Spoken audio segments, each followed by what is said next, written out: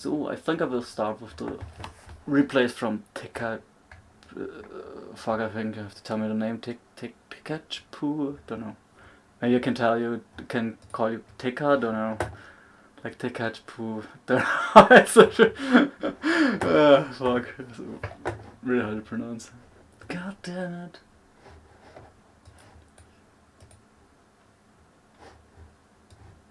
Okay. Okay. Yeah, just wait a little bit, it's fine. Okay. Tika, can you tell me what's your MMR, or which group you guys were? Yeah, I can go based on that too. D-rank or something? Okay, then maybe because I think. Ooh, frustrated.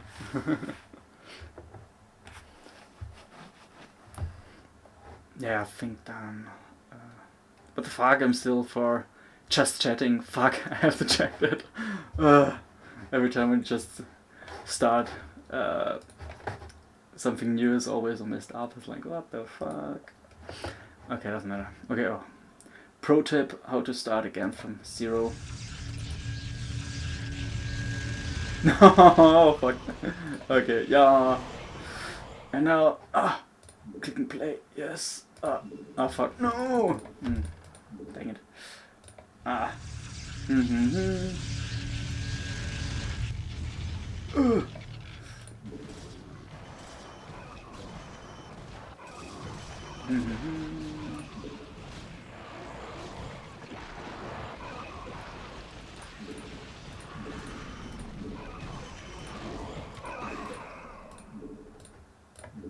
Okay, now.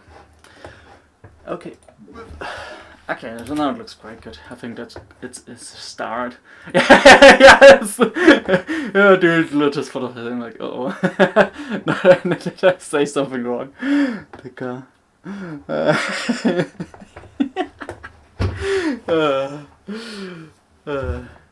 Yeah, I did that too, like 5 minutes ago, something like that. So, okay, nice. We have 8 observers here now. Fine. Okay. So, hello guys, nice that everyone came here quite, what the fuck, not two left, what the fuck, yeah, okay, doesn't matter. Okay, it's quite nice that actually, because it was just a short announcement, that people are still very, how do you say, spontaneous just to join here. I really like that. Yeah, the thing is right now, because I got now quite some replays from Tika. Should I say Tika? Tika. And now I thought about, because it's a pre-season, maybe it would be easier to say, okay, now with all these replays that I got, I try to go for more like quick overview, a little bit more about, okay, how it actually went in the sum, just like watching, yeah, let us say, the main stuff what actually happened in the whole game, because like this game goes for 20 minutes and I want to see why. And then later I want to go for some details that you can actually go to try to improve on, because there are lots of things that even when I tell you that, it's mostly about because I did those things all the time wrong, and sometimes I do it still wrong, so that's why I can still say, hey, I'm still working on that, and it's good if you know that you have to work on that, something like that. And I feel like for going for a real cast, I would say maybe you guys can go next time for like best of or something like that, or really entertaining games or something. So then I can go for that, because if I go now for all the games that are like at least 20 minutes and I'm just casting, I'm not really coaching right now, like Teka is actually asking for some advice, so I feel like it would be better just to go for that, and I hope that's fine. And to be honest, it's like my first stream right now, like my first live stream to do that. Kind of interesting. So yeah, so please forgive me. I started now even the recording. I hope it's still, if the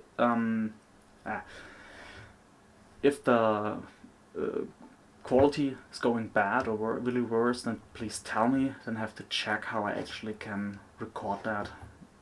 But yeah, okay, so if there are not really particular super questions or something like that, and you can still hear me and all this stuff, it would be nice. So right now I want to start, and the first game, I think it was in the pre-season 2 from Ticker, and he plays against Luxor RW, don't know. Yeah, it's PVC, and he said he's around 1,200 until 1,300 MMR.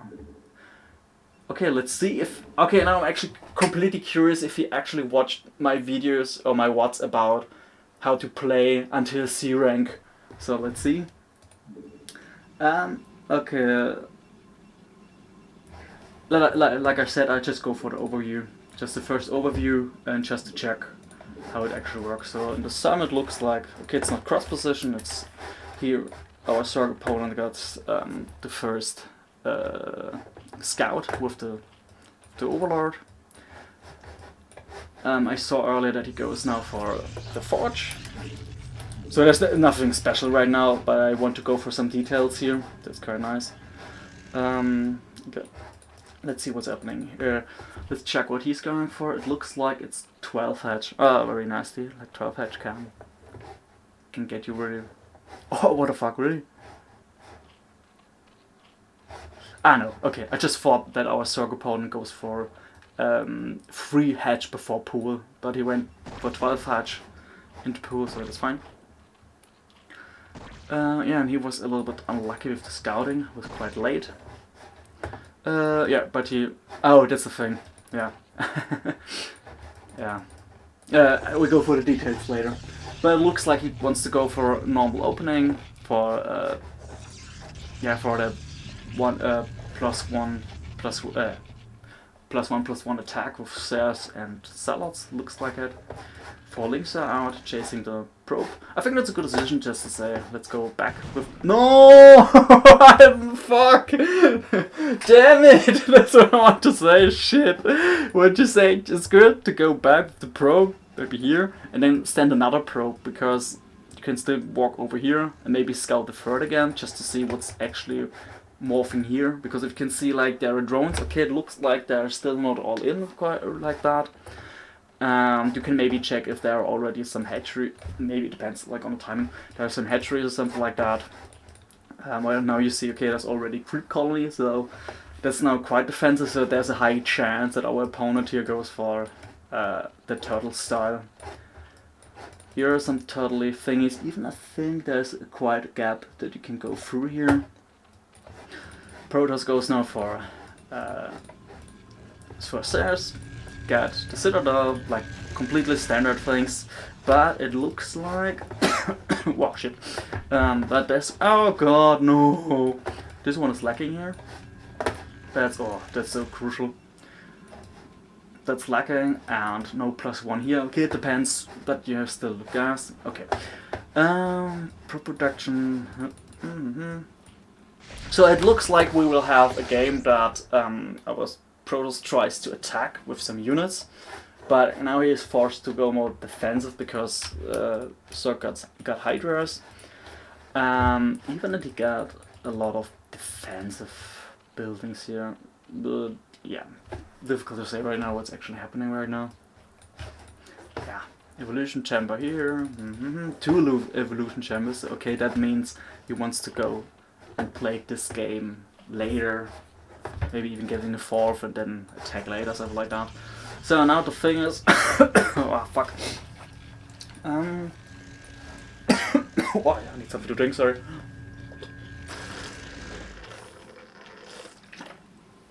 Yeah, that's the thing now, he got a lot of sellers, a lot of stairs, but really late. And now he flies around, something like that. So, yeah. It looks like he wants to try to do something. I think he can kill all this stuff here. But yeah, now he has to go back. Hatchery here. That's nice, okay. Can that point survive? No, that's not. Okay, now it starts to overflow all that money here. Yeah, to be honest, I feel like if I'm going to coach a little bit here, I'm not sure if it's like really worth it to watch now. How you guys are going now for 10 minutes just building stuff, something like that, and then trying to do something. So yeah, because like even gates are lacking. That's why you have so much money. Robo, yeah, okay, that's quite nice. You actually got +2. Oh, yeah, okay, the upgrades are really good. That's good. But Storm is super late and whatever. So yeah. Okay, I feel like let's see what actually people are saying. Okay, people are saying nothing, so that's good. Okay, so what I think would be quite nice just to. Okay, like here that is not working. What I really want to go through right now is maybe the first 10 minutes, because everything after that, it's kind of difficult to say how you can actually play that, because if the fundamentals are not really working, then it's really, really difficult. Yeah, so let's go back to this game. Yeah, let's see what's happening. Does it work? Okay, maybe that wrong. So, okay. First of all, like in that video, what I actually told you about is you can mineral boost this path here, and I think that's something really worth it to go through, because it's not really difficult, and it's just a thing that you have to do all the time. So maybe just go for it and check if you select that one, and every time you're around this height here, you can click C for return cargo, and then you actually got that mineral boost for yeah, for this mineral patch. And this one here should be over here, so it's actually a little bit quicker. So just a few small things that I feel like it's worth it to focus on it a little bit. Sure, I know, because it's now so tournament style stuff like that, it's a little bit okay, shit. It's a little bit yeah, you're nervous or stuff like that and feel like, oh shit. But I think you can still go for that. Like I mentioned before, if you watched my what about how to go to C-Rank, you can actually just go for the 10-11 gate. You can do so much and you can learn so much, so yeah.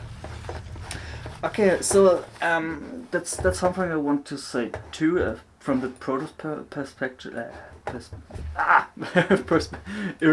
From product view, so now you know it. This is actually like the standard on itself how to play, like the pylon, scout, forge, scout with the second one. Yeah, that's really, really good, but I feel like at some part it's really hard and you lose a lot of resources to do that. So I'm sure what I actually saw quite often is if you're like at least D rank or something like that, or even lower than that, then it's very often people don't scout with the overlord in the usual usual direction. So it really happens quite often that people are going for, okay, I just scout maybe in the middle or something like that. Sure, that's a thing too, no, whatever. But usually it's about, yeah, just go over here and over there. And sure, this time it worked perfect. He did it really right here, our struck player. But very often it's what I saw that people just scout somewhere else, like, hey, why are you going even to that place? It doesn't make any sense. And then when you try to go for pylon scout, going over here just to scout this usual scouting pattern, then you think, okay, I couldn't scout him here, I couldn't scout him here with his overlord, so he should be here. Sure, that's now true, but very often I saw that it happened to me that I scouted here, I scouted there, and then he was still over here and was like, what? How could this actually happen? Yeah, stuff like that happens too sometimes. Yeah, so what I think like is, especially at that level, I wouldn't really recommend to do that, because I still know how difficult this was to play with that. That's why I actually talked about that, about to go for the forge, 2 cannons, and then the next high and stuff like that. So just to get a flow into this one. Sure, now it wouldn't really benefit you because the opponent goes for a 12 fetch, so that means he invest so much money just to get another base and more resources and so on. So And sure, you don't know what he's doing right now, so you need that forge. But like I said, I actually had games where I just went with this 100 APM and whatsoever. I actually have some replays about it. Even on YouTube, it's even on YouTube. That there's the possibility to show that I think at least until C or something like that, until C rank or something like that, you can still go for that forge, cannon, Nexi, and you can still succeed if you know when to build stuff and all the things. Because I feel like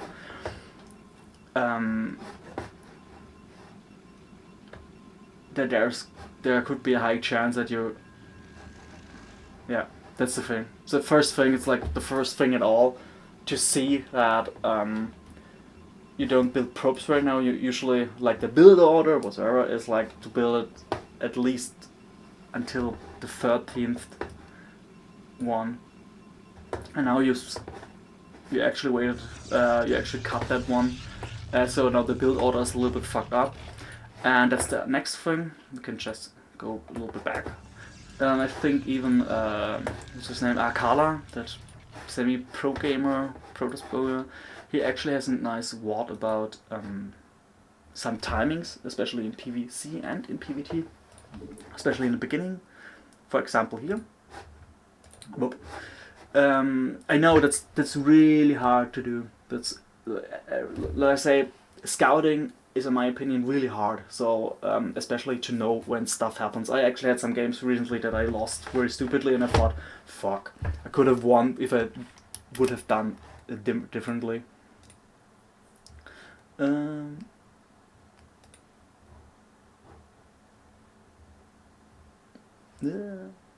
What is Lightswarm saying?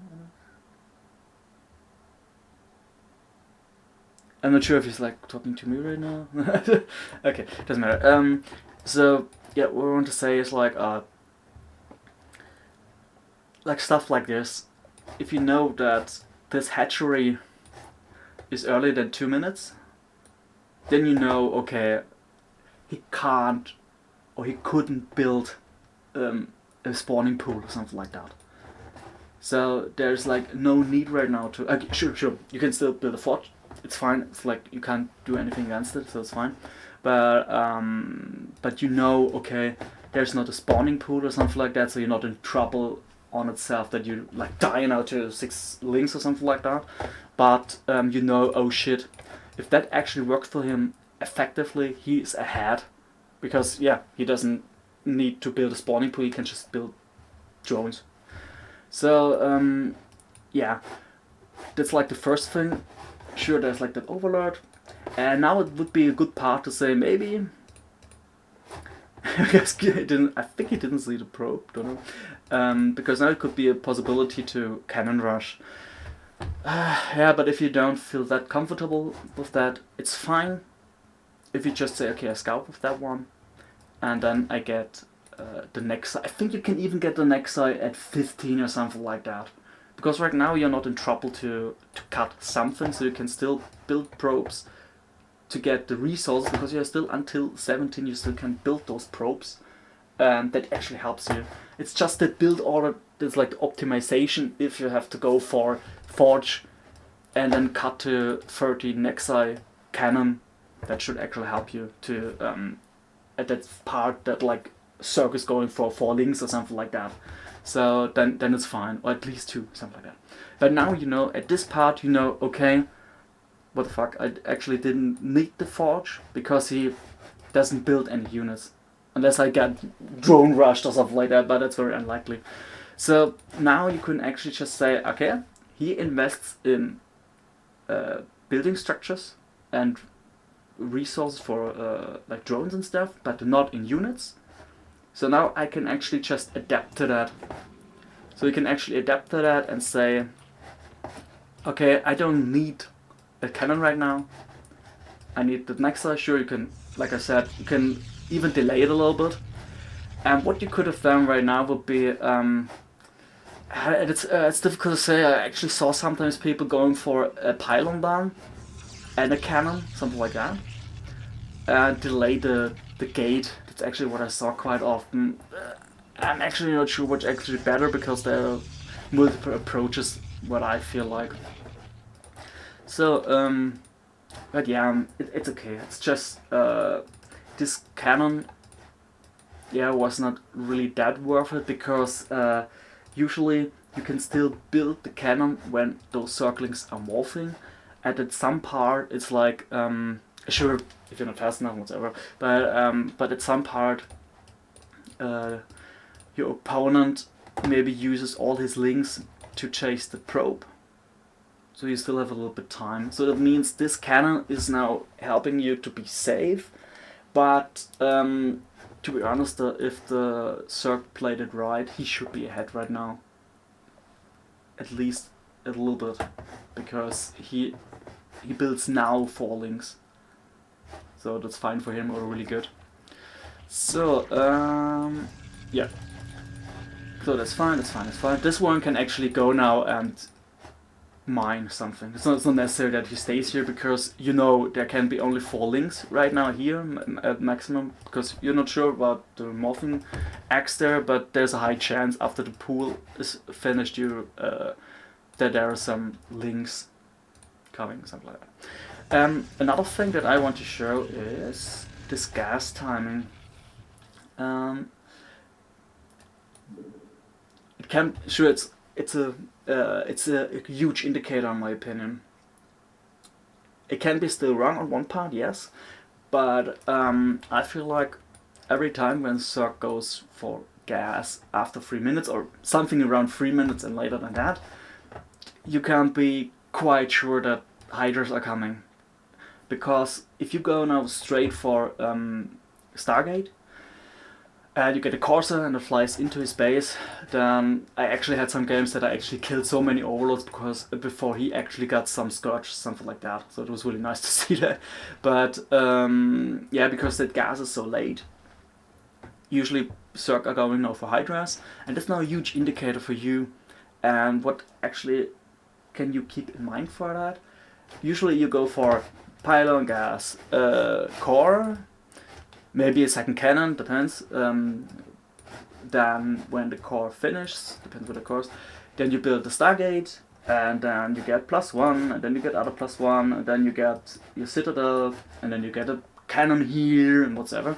But what you can actually do is you can for sure skip +1 air attack, in my opinion, because yeah, unless you're like Bizu and you still get 6 courses and you kill everything. But if you're really, if there's like a high chance that there's, like, because of that late gas, that he goes now for Hydras, you can say, okay, I need maybe 1 or 2 Sairs more or less for scouting.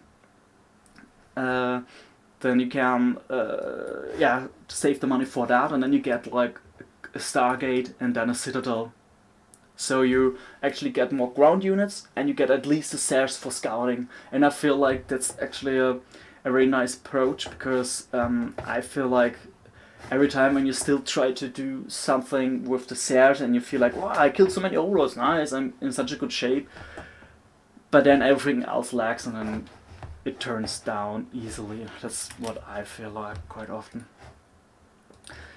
So yeah, we were... It's like I said, still fine here, but that's what I mean. Like all these scouting paths or these scouting things, in my opinion, very high, like really difficult to see everything correctly, and that's why I think it's nice to know just these basics about if he goes for resources, then or he goes for tech or something like that, what actually means, what does that mean, what could I do to prevent something like that, or what can I do against that, because right now what you just did here was just, okay, I know the build order, and the build order was not even correct, because the Mexa has to be built on 13, for example. But yeah, it's not a big deal in my opinion. Okay, there's a little bit more big deal, because you're on 17, the pylon is still not done, you still have not gas. And that's what I mean. I feel like you're already occupied with so many things right now, just because you have that probe here running away from 2 circlings, just 2, not even 4, not even 6 or something like that, it's just 2. And you're already that occupied that you don't even go for the correct pylons. for the correct pylon timing, and for the gas that lacks now really too. And that's why I feel like it would be easier just to go every time for a forge 2 cannons, because like I said, I think it can easily go to 1500 or something like that and be stable there. Because this is so hard. It just works because they are programmers and do that every time. And sure, later if you go better, whatever. But at the beginning, I feel like it's not really necessary to go there, because that is really hard to execute here. Sure, it's still fine. It's still fine, and you can still learn a lot. But if you always think, fuck, I don't know what to do, everything is imba. Sure, I still think soccer is imba, but that's another part. But if you all think all that stuff is so ridiculously difficult, then yeah, I feel like it's just because you're still not able to do the basics, so at least do the basics. You look, even though there are some skips about the probes here. Just, okay, now it's okay. Up here again. At least 10 seconds, stuff like that. At least 5, or something like 10, stuff like that. And now here. Now the question is, I thought at some part I thought you know the build order. Now you go for a second gate, and you have a core, and that is your part where you invested in your tech. And the funny part is, you invested in this tech building here, and now you get a gate, and that means right now this core is just for nothing. So if you think about, oh, I want to go for a lot of cellars in attack, something like that could be a possibility. Then why didn't you go for an earlier gate, try to build some cellars, and then try to attack with slow lots? But right now it's about, okay, I used 200 minerals to build that core, to not do something after that. That's why it's so important to say, okay, I get that core, and if that finishes, I get my other tech thing. And what would be the other tech? For example, it could be goons. You could go for the goon range, get goons, and then you go with 3 or 4 gates and attack, something like that, don't know. But usually that's why people go for, okay, you've got a car, Stargate, why? I needed Stargate because I need a Xer. Sure, it would be nice to kill with the Xer all my opponent's overlords, would be super, super nice, but first of all, I need the vision, I need to see what he's doing, because right now the only thing that you know is like, oh, 2 bases, that's it. No, wait, spawning pool, now he gets gas, okay. But you still don't know where his third is, something like that. So there's a lot of vision that you don't know. And that's why I feel like it's so hard to win in this game, because there's at least one thing that you have to think about, like micro-macroing. And it's, in my opinion, this is all the stuff that you can even focus on single player and all that stuff, so like all these maps that I've showed. Even this multitasking map, you can do that, can train it very often, so it's easier for you to scout a lot next time and don't lose the probe. Still happens, but at least you get your probes done, because now you have only 21. I think that's a little bit less. And not even the second gas, so it depends what you're doing, but I feel like everything is lacking already if you're going for the standard +1/+1 attack. And the other part, what I feel like is more important but much harder, is completely the part about what do I see and how can I react to that.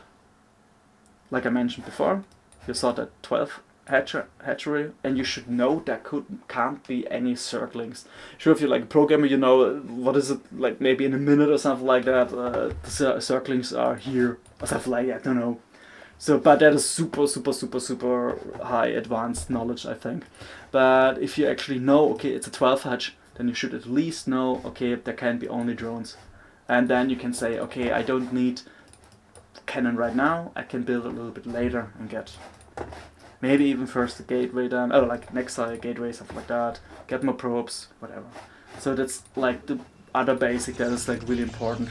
Now you get this Stargate, but if you go for the relative timing, and why I'm talking about relative timing means, usually you know, oh look, if you go correctly, then you can build that core at 3 minutes and 15 seconds or something like that. I don't know, it's difficult to say. But I feel like at least if you're not at least B-rank or something like that,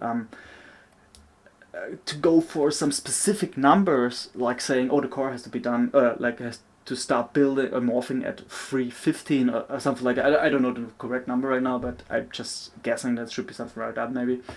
I feel like it's not really helpful, because if you always think in these terms, it quite confuses. It can confuse you a lot, because you always think, oh shit, it's already 320. Oh, I shouldn't build a core or something like that. But at some part, it's not about, oh, did I need a core now? So it's more about, okay, so people tell me I have to build a core at 3 minutes and 15 seconds or something like that.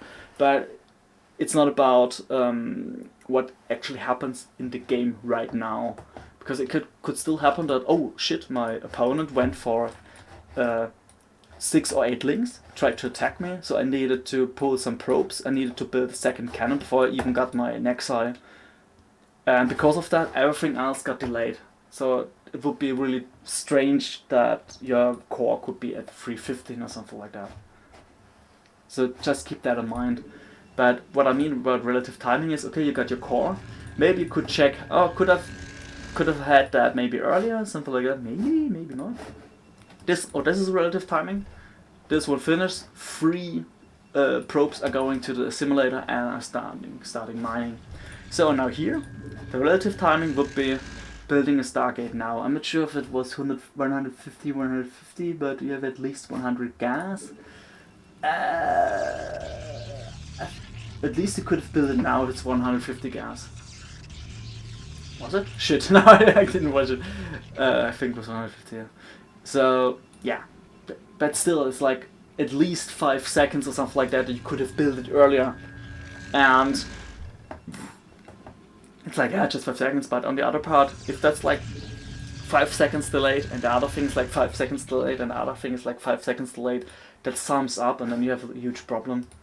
Now here, you don't get the gas, even if you have the simulator done.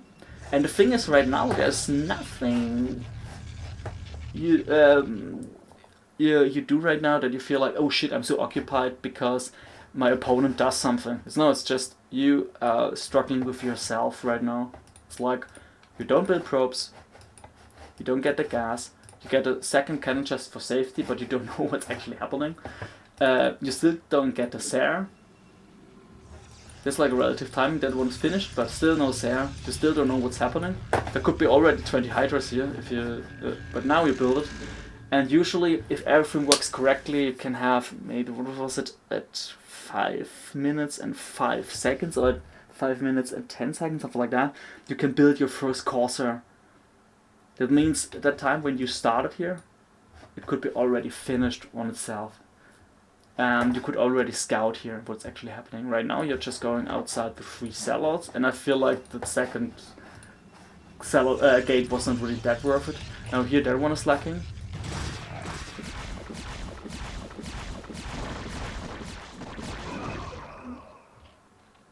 Okay, that's not quite nice. Okay, okay, that was, to be honest, it actually worked better than expected, but it was not really, oh wow, it was such a super smart move or something like, it was a nice idea, okay, but it actually only worked because he didn't close his gaps at all. Yeah, so I feel like what I would really recommend is completely play single player, check your build order, and then try to improve your multitasking, at least for the scouting in the beginning, and then try to check that you get his third base, that you know where his third base is, and try to build the probes here. And if you got that better, then it should really work.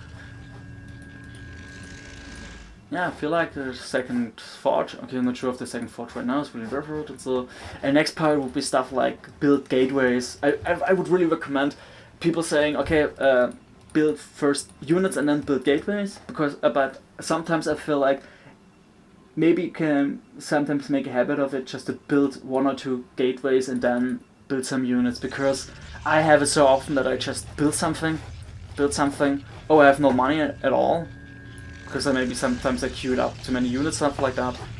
And then everything got screwed up because I'm really busy. Oh, I use my money, and then later when I try to use the next money because I have so many probes, I feel like, oh fuck, I have only like here. Something like that happened to me quite often. It's completely true. Like I feel like, oh shit, I have only 4 gates, but I have like 3 or 4 bases and only 4 gates. And then I think I should have at least more gates than I have actually bases. I think there's something wrong. Yeah. And for example, now he goes for lurkers, and you should get that much earlier and whatsoever. Those ones are lacking here. Now we get goons, and now we have to. That's something that I feel like it's so hard. It's freaking hard to know, because it happens to me still regularly that I feel like, oh, I think I can actually attack, and then I lose, and I feel like, fuck this game. What you can do for later, and I feel like that's actually a good approach here. When you actually get to a part like this, the Sars can still, maybe you can even go for patrol, maybe sometimes patrol over here. So the thing is, what I mean is, if you are not able to multitask enough to say, oh, I want to check his bases, because now the question is, Zerg goes now for 4 bases, and maybe he goes for Hive and whatever. It looks like Hive here. Ah yeah, should be Hive. Question is now, where does he want to expand next? This could be a possibility, but it looks like it's just too open and it's only mineral only. This could be a possibility, but it's quite close to Protoss. But I feel like he would go for this one, because he can still, Zerg can still move all his units over here. And then if you attack here, he can attack from this side. And if you try to attack here, he can go and walk over there. Something like that. But I feel like this one is so easy to defend if you just get a hatchery. Maybe another hatchery, don't know, depends. And then some lurkers here. I think 2 or 3 lurkers are here just shooting, and then all these zealots die, so it's fine.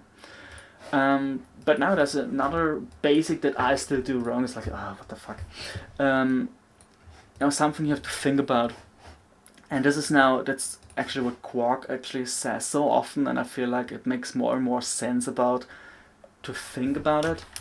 And that is, what is your game plan now? Because usually, like, all you did right now was, people go for 2 bases, and then I get units, and then I attack. We're at 7:30, and then I attack, and then something happens, and it's like, okay. But what I mean is, and that actually that took me a long time to really understand that. Sure, like all these standard things, like the 7:30 attack, then later going for 8 gates and getting so many goons and whatever, and attack again. Usually, earlier it was like the +2 attack, stuff like that. Now I think it's the 1/1 attack, stuff like that. Don't know, it changes all the time. The difference is still, you have to know how to play this game. Sure. I mean this game in particular. Okay, yeah, something like that. I think I don't have to tell you more about like that 6 probes at the natural is not good. Yeah, but those are basics too. But what I mean about like these late game decisions, and I think that's why this is a hard part to do. For example, you should have seen that your opponent goes for quite a turtley style, even getting quite lurkers and so on. So you know, or you should know, okay, it will be really hard to attack with my zealots and my coursers, because all these hydras can usually easily defend it if there are a lot of them, and if they're placed correctly and so on. So the next part would be, okay, you actually made a decision, and from what I've seen, your decision should be, and okay, Popcorn is not much better, but should be earlier, but okay, your game decision would be now, oh, okay, he goes now for really turtling style, And it looks like that you don't want to go for a shuttle and try to maybe storm whatever, so maybe it's too much for you, or since you place that, depends. So you go for the double expand. What's really correct, it's really good. Maybe you should already have at least 1 or 2 zealots here and a high Templar. Maybe even building a robo then, it depends on the money. Yeah, you have still a little bit of money, so maybe a robo and get, let's see, do you have... now I feel like it's the part to get Reavers too. Yeah, it's just, you don't have that much money right now, but it's okay. So, but what I mean is, those 2 bases are now completely open. It means if there are like 12 links or something like that, until your units are there to stop something, it already dies. So what I would really recommend, send at least some units, maybe 2 or 3 zealots over here, try to block it, get a high Templar here, get a high Templar here, even at the natural. Because I have had it sometimes that people just running here and I'm like, oh, what the fuck. I lose everything because my army is over here and I have to have 3 cannons, and 3 cannons are nothing. So at least at every base, or at least at every entrance, at least 1 high Templar, and all the other units are coming through too. Cannons earlier, something like that. So that means your game plan right now is, I want to play it later. So you want to get those 4 bases, you want it saturated, so that should be your first part, saturated, defend it with the cannons, get everything done here, yeah, get everything done, and then you want to attack with a huge army, because you get the money, and now you have to need to use the money for something really good. The first thing what you do is even the tech, your upgrades. Your upgrades usually means too that you want to attack later. And the first part that you actually have done already is you get a lot of zealots. I feel like that should be enough right now for the zealots. High Templars, a lot of them, is really good. Sure, maybe 1 or 2 more, but it depends, because 1 or 2 more can still die easily. But at least a lot of Margoons. A lot of Margoons can help so much. They are so tanky and whatever. And that's the part that you need right now. So that means for you, what you have to do is, for playing later, get now a lot of goons, check where you can actually attack. The thing is, there could be a possibility to attack here, but I don't know, there are already lurkers, there are sunkens, and the AI is like so dumb that it's really difficult to play. But if you maybe have goon range, you can maybe position like 5 goons, something like that, and they shooting down 2 hatcheries, if it works correctly, so that could help. Here are a lot of units already, so that could maybe work too, because there are only 3 lurkers and they're, okay, 4, I think only 4? Yeah, 4 lurkers and they're a little bit spread, so I feel like if you attack from here, you can kill this lurker easily, then maybe you kill some other links too, because he's only +1, so, and you have already +2, +1, so your upgrades are a little bit better, so even if without Storm, you are still able to do damage here, so that would be really nice. Yeah, maybe you can even kill some overlords, depends. But the thing is, you need now time to build those massive goons. That's the first thing. And maybe a few more observers. The observers are good, but I feel like maybe 1 or 2 you can actually maybe fly them over here. It's similar to PvT, that you can actually scout what he's doing. Because right now, you still don't know. Fuck. Because right now you still don't know what he's doing. Just nothing. It's just okay. But yeah, that's what I mean. It's like, it's really hard to do that. So I would really say, maybe just go for these 4 bases, get your cannons, get a robo here, get Reaver, because Reaver can be really surprising, especially when people are more patient enough. Maybe they just go for, oh, I want to attack, and they just try to kill maybe this one, but you have already a High Templar and a Reaver and they are dying there, something like that, that could happen.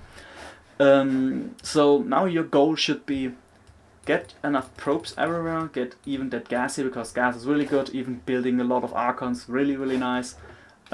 Get your cannons here too, get your robo here too, just to get the Reavers, and yeah, I think the rally point here is really good. Until you get a huge army, scout with the Sare, where you can maybe attack and try to do that. Because everything else is, I feel like it's just a huge what if and whatsoever. But I would say in the late game, you should really check that you get your gates done, and maybe even prepare a little bit for how to position your pylons. Sure, that happens still, I think, even for programmers, that sometimes you build a pylon somewhere and it's like, fuck, it's on the wrong position. That one is really nice. You see now? Okay, fuck. But you actually saw here's an army, and that's the thing. Unit composition. I do that very often wrong too. You have only 8 goons. That's nothing. 8 goons are nothing. So walking outside right now, I think that will cost you the game, or even depends like who is now ahead, I don't know, but that can actually cost you the game, because only zealots against lurkers are not a good idea. They just die, and I feel like here, yeah, this can maybe cost you the game, because these lurkers here, look, these lurkers. Oh, that was really good. That was a nice one. But yeah. That's what I'm talking about right now. You have now even less supply than him, but you need a lot of bank. This attack just failed because of your unit composition. Because your upgrades are better, but your unit composition was not good enough. It's just the lack of goons and maybe an Archon or something like that was there. So if you would have waited, because you went for 4 bases, so that means you want to play all this stuff later. So the other part would be, and that's like the advanced stuff. So how could you actually deal some damage? Yeah, that's why you go for drops. That's why you maybe go for 12 solids and running around here and try to snipe something. Because maybe there could be a possibility to walk with 12 solids, maybe even more, and try to kill that one. But I know that's really hard. So I would really recommend, especially at your level, just especially when you say, okay, I go for more bases, just get more gates, get a huge army with a lot of goons. Can I just go back here before they die?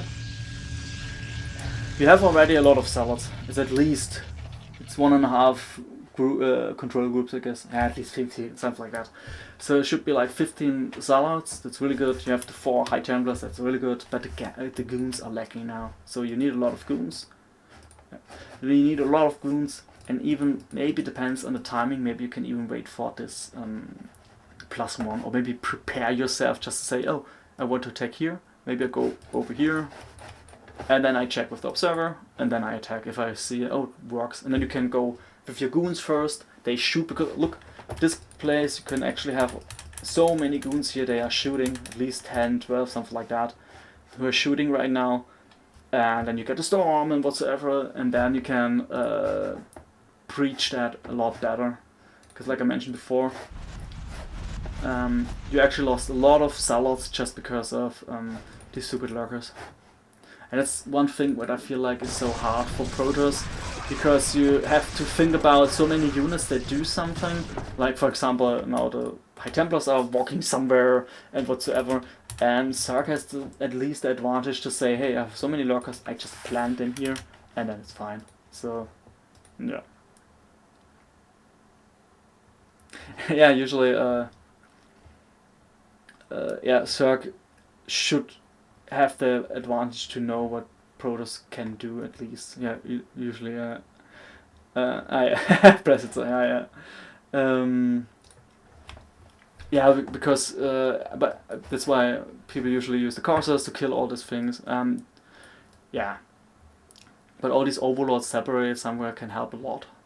So for the Zerg perspective, I feel like the Zerg player, I think the Zerg player, don't know if he's watching us over there, the Zerg player should go for a better Warlin. I feel like these Warlins are not perfect, because they can still go, I think even here's the gap. Here are some gaps where you can actually go through, so not sure about where to place something, but I feel like all these structures could be easily killed if there are like 10 goons here, something like that, and they could shoot, something like that. And yeah, then here the 2 less drones already, even that this 4th was built so early, so yeah, the drone management too. But yeah, at least he got his money done. Oh, that's nice. Yeah, now he goes for ultraless. Okay, yeah, whatever. Yeah. And because if he goes for this playstyle, it means he just expands and then he gets a huge army and attacks. So that's pretty much it in my opinion. But yeah, like I mentioned, this attack failed not because of sure maybe I could have had maybe 10 more salads, something like that. Yeah, you know.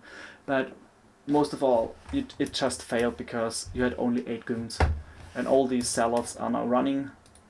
Let's see over there.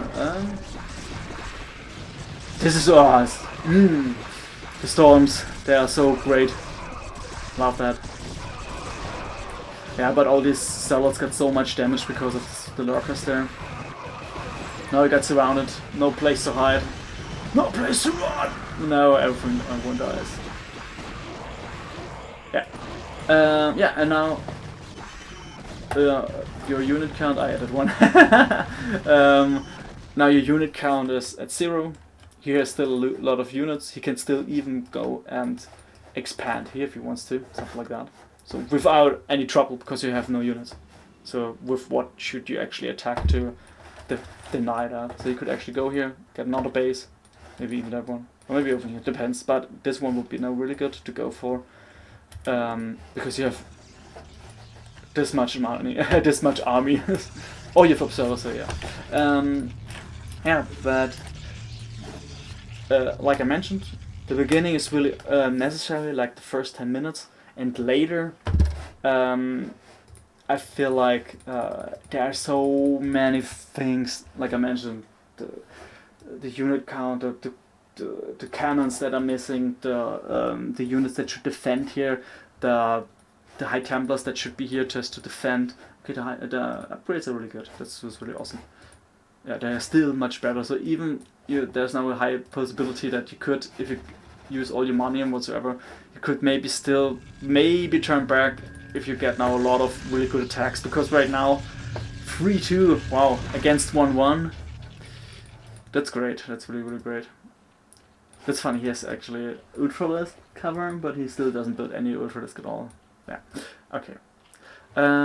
Yeah, so, now I see, yeah, that's the thing again, here, there it is, you have now 8 goons, only, what is it, 9, yeah, 9 zealots, 1 High Templar, but you have at least 3 observers, that's how you win. No, I know, that happens to me quite often too, that I just think, I have to attack, fuck, I have to do something, and then I lose everything. So, something like that is not really working. What you could actually do would be, if you want to distract him, because you have now the shuttle that actually flies flying over the circling, what you could have done would be just use your zealots and maybe distract him, maybe just to poke here or maybe poke over here, and then he's like, oh shit, he wants to attack here.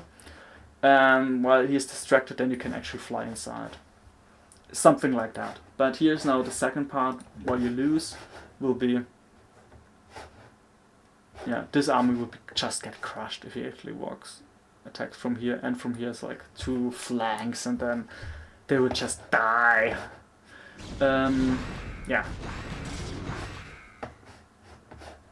That was good that you didn't just go and attack, that you actually wait here, but yeah, now we have 2 separate armies. They're just waiting here. It's on itself, it can be okay. But now you try to attack at least. That's the thing. You attack now with half an army. And half... that's one thing what you have to think about. I feel like... And it would be interesting to do some math about it. I feel like half your army doesn't mean that you're half strong. I feel like if you would have had your whole army here, you would be at least 3 or 4 times stronger, so it looks like it's more exponential instead of like linear. That's what I feel like, and that's something what I have to keep in mind too, that having more units can actually help more instead of just saying, oh, I have my units now, I just have to attack. Because yeah, looks like the shuttle died, don't know, it doesn't matter. Yeah, and like here, you have, the gateways are so spread, and only 3, 4, 5, 6, 7, 8, 9, 10, only 10 gates, 11 maybe. Could have had at least maybe 1 or 2 more gates, and the thing is, even if I go for, you can see here, F3 here, F4 here, something like that, you need at least 2 screens to actually click on every gateway, so that's something you can fix on single player playing too. Yeah, and then reverse would be nice. Maybe you build some. No, still not building reverse. Yeah, still missing here. So that's like all this late game stuff. But the early game is, in my opinion, much better to focus on. So that means what you could do, and that's why I feel like it's really good to say. Let's see, do you have PVC? That you could actually go for only 2 bases until 40. Oh god, until getting like 2 bases and get like 8 gates. Do the first attack very correctly if it's possible. But if the first attack can't really be done correctly, like in a textbook, like going for salad attack and salad corsair attack, something like that. If that doesn't work, because like we saw there, because of the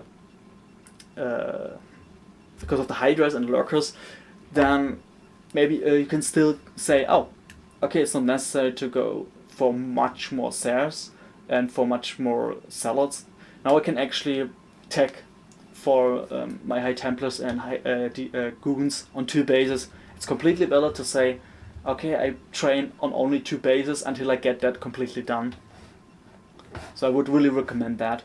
And yeah, so, and if you want to play later, at least in PvC, I would say, okay, still difficult, but if you want to expand and attack, maybe just attack when you have reavers. Even crawling reavers. I actually saw some games from Dentarg and I thought like, what the fuck? That Dentarg played so well with crawling reavers. It was really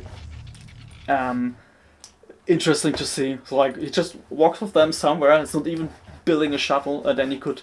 I think it was a game against Dentarg and it was really close. And I thought like, okay, I have to check that. Just get reavers in late game and try to attack with them, even if it takes a long time until they're there. Stuff like that. It was really nice to see.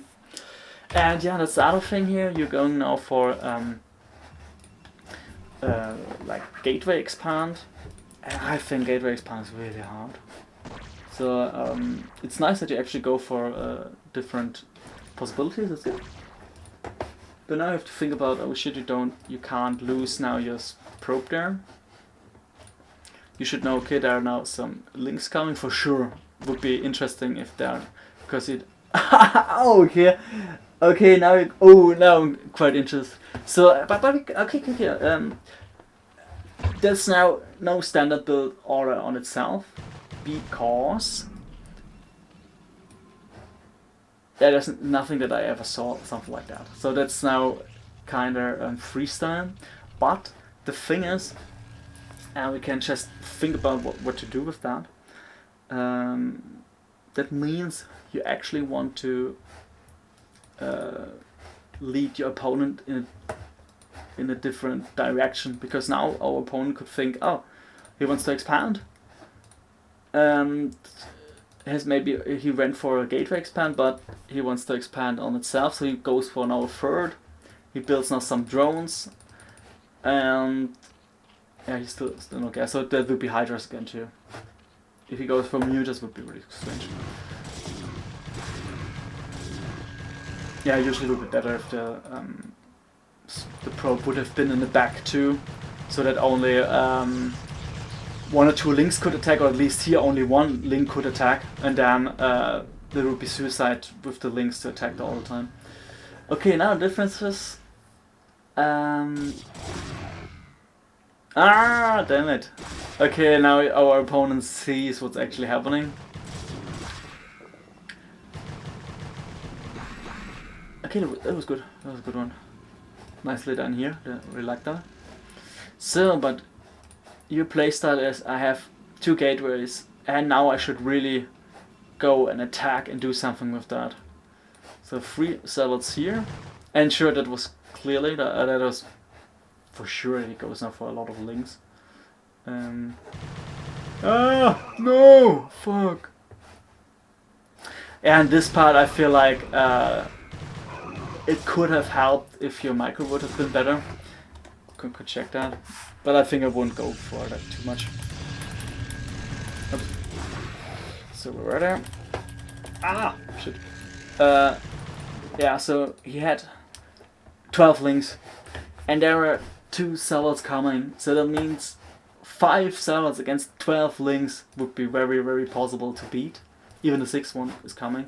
So if that actually would have worked, so maybe you could have tried to walk over here to the ramp, and then you get the 2 zealots, and then you can try to attack, because you're still at home, you have at least 1 cannon. Now you're going for a 2nd one. Yeah, something like that. But I like the idea, so I think that's quite a nice idea, because I actually had it quite often too, that I tried something like going for, how was it again? Yeah, I think I went for a Forge Expand on itself, but then I actually got 2 gateways instead of 1. I got 2 gateways, got like 5 or 7 zealots, and then I attacked. It was quite funny. That actually could work sometimes, would be nice. Yeah, but it looks now all that stuff just won't work again, because you have now all these attacks here. It's nice. Okay, he actually builds even more links right now, kind of funny. But he has already 3 bases, so that could be kind of difficult. But you are not building any probes at all. Okay, now you build probes, but for a long time you didn't. And because of that, that will be tough. Oh, now even Hydras, what the fuck? I'm not sure if he actually scouted that. Yeah, difference. Yeah, the thing is you don't build any probes anymore.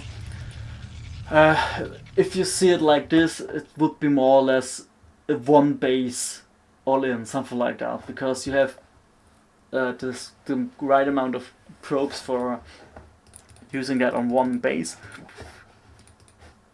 You try to attack all the time, so just then something like that happens. Now you have even less probes, and he has drones. Now he has already Hydras, and maybe he will. Yeah, let's. Do you have? You don't even have speed, so that means if he does it correctly, his Hydras can easily outmaneuver you. And if he goes for Lurkers too, then it will be kind of dangerous. So.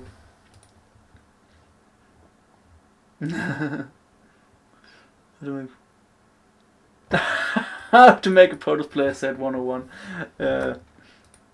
I am of the Lurker egg in a wall for added fun. Yeah, that's right. Yeah, that's right.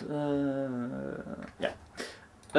So I think I need a second monitor display, because I can't watch all the comments right now. Yeah. Don't know if it's like really worth it to watch that even more. I feel like because the beginning got screwed up, everything got screwed up. When you go for something like that, it means you should actually attack and should win with that. But that didn't work. Now you lose a lot of zealots here that actually shouldn't be necessary. Sure, it worked quite well, so it's okay. It's okay. But it wasn't really necessary. Yeah. And you have so many cannons here, and sorry, but I feel like that's not really that much helpful, because I think there's not really a huge pattern to think about. It's more about I just do something and then try to attack. But I like the idea that you say, maybe I can screw around and say, hey, I got like at first second gate before I get something else. And this is now nothing about, Hydra Buster Imba or something like that. Sure, it's the Imba, but it doesn't matter. But what I would actually recommend for you, and I think I've done something like that too, that was quite funny. If you go for a Forge, 1 cannon, and then the gate quite early, and then the second gate maybe here or something like that, or when the second pylon struck that you got another cannon gateway. And then maybe a circle opponent thinks, okay, he wants to go for expand and like Forge expand, so it's fine. But then you get like 5 zealots, and then you attack with them when he has maybe only 2, 4, maybe 6 links, and then he got screwed around. I think that's something that you can actually try to think about it, because you actually, like you saw, when you go for gateway expand, he has a high chance that he actually can go through and see that you don't. Sure, his overlord should see that too, but like here, he didn't use that overlord to watch it. That actually happens quite often too, because sometimes people are going over here, and then they try to fly over here and wait until the core is done, and to see what, if he's going for Stargate, or if he's going for Citadel of Doom, stuff like that. But if he takes such a long time to actually fly with his overlord inside, then maybe you have the time just to attack with the 5 salads and get go. Something like that. I think you should go for something like that, because this was a nice attempt, but the difficult part is that his links have more or less an easy time to really go inside your base. And now I feel like... okay, nice. What the fuck, he didn't score that? What? Do you win this game here? Yeah, short part here again. That's what I'm talking about. Okay, here was nice. Okay, unfortunately lost the High Templar. Yeah, but now there's a lurker. What was it here? Here now some Hydras. Okay, yeah, right. This one here. That's something that I still do wrong, because even later it's even harder to see. But what you can do is, sometimes you can just walk outside with the salads and check what's happening. Do you have to check how many units are there. And if there are too many units, you maybe can just go over here and try to defend. Sure, I know you want to get rid of those units here, because if that's actually in danger, then it's really hard. But what you can do sometimes is walk outside with the salads, just check what's there, so they maybe will shoot at the salads and you lose just the shield, so that's fine. And then you walk back. If everything works correctly and he's a little bit occupied, you just use the storm and then you go back. And if you have goons enough, like some goons here and the cannon here, then it should be actually working that your salads are idling somewhere, and then you can shoot some storms, and then the goons can do the rest, something like that. But this doesn't work because you have only one High Templar, only a few salads, so it could maybe work. But even if you would have win this fight, it would be so super close, and you couldn't do that much. So that's why it's better to have a better army to do that. And I know if you would have got more lurkers here and whatever, then it would be difficult. But yeah, I feel like you're still too far away to get to be at that part to say I have to play really advanced. So that's why I would say just play the easier part.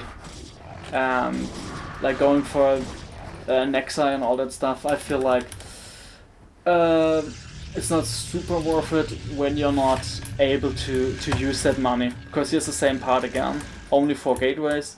You have only 4 gateways. 4 gateways on potential 4 bases. You still just produce probes there, but you can't use them to go over here. It worked! Oh fuck. Okay. Now you have it. but still, the thing is, now you actually got more and more money. Now something like that happens, that these two... Oh! Does it actually... okay. Yeah, but still, you're like on the gates. Like, there's no possible way that you can actually win with only 5 gateways. Not even having... upgrades are now... What the fuck?! Are you kidding me?! What?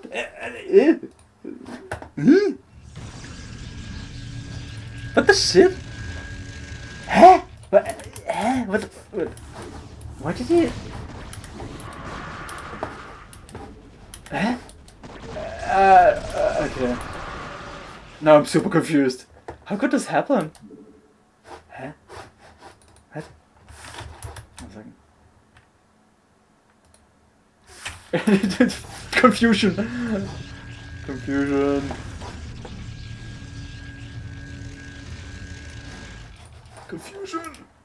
Yeah. Hello. Okay. Okay. For some reason, your opponent just didn't go. Okay, that's nice. Okay, good. Okay, ooh, that's nice, very good. Okay, yeah, okay. Funny. Okay, but usually it shouldn't work. So, but it's good. Okay, nice to know that that works. But okay, but we can still agree that you need more gateways. That's for sure.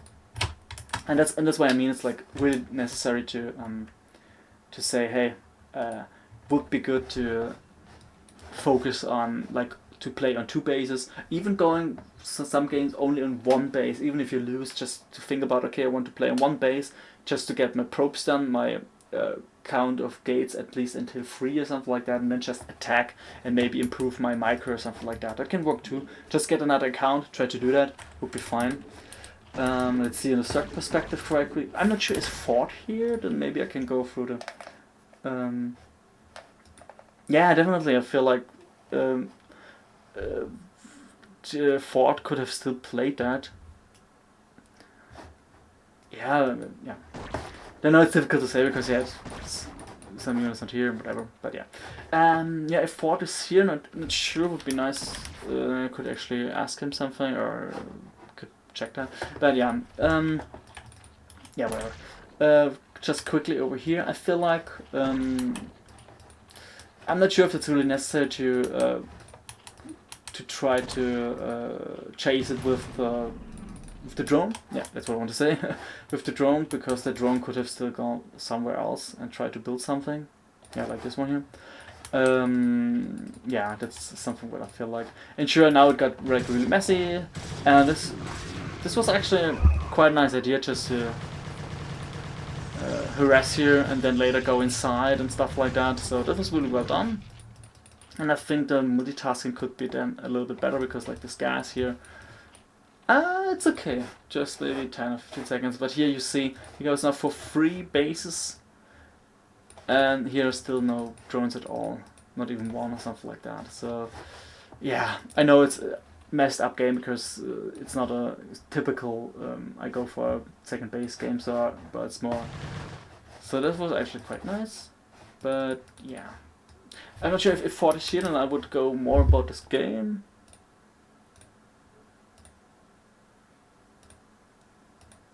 Yeah, for the same, like he could still here later in this game he could still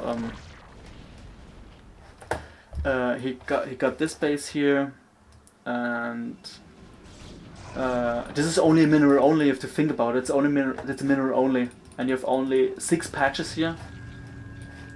And you have 7 here, so that's much more worth it. And he has at least 4 bases, like fully saturated base. Even this one here, that's really good.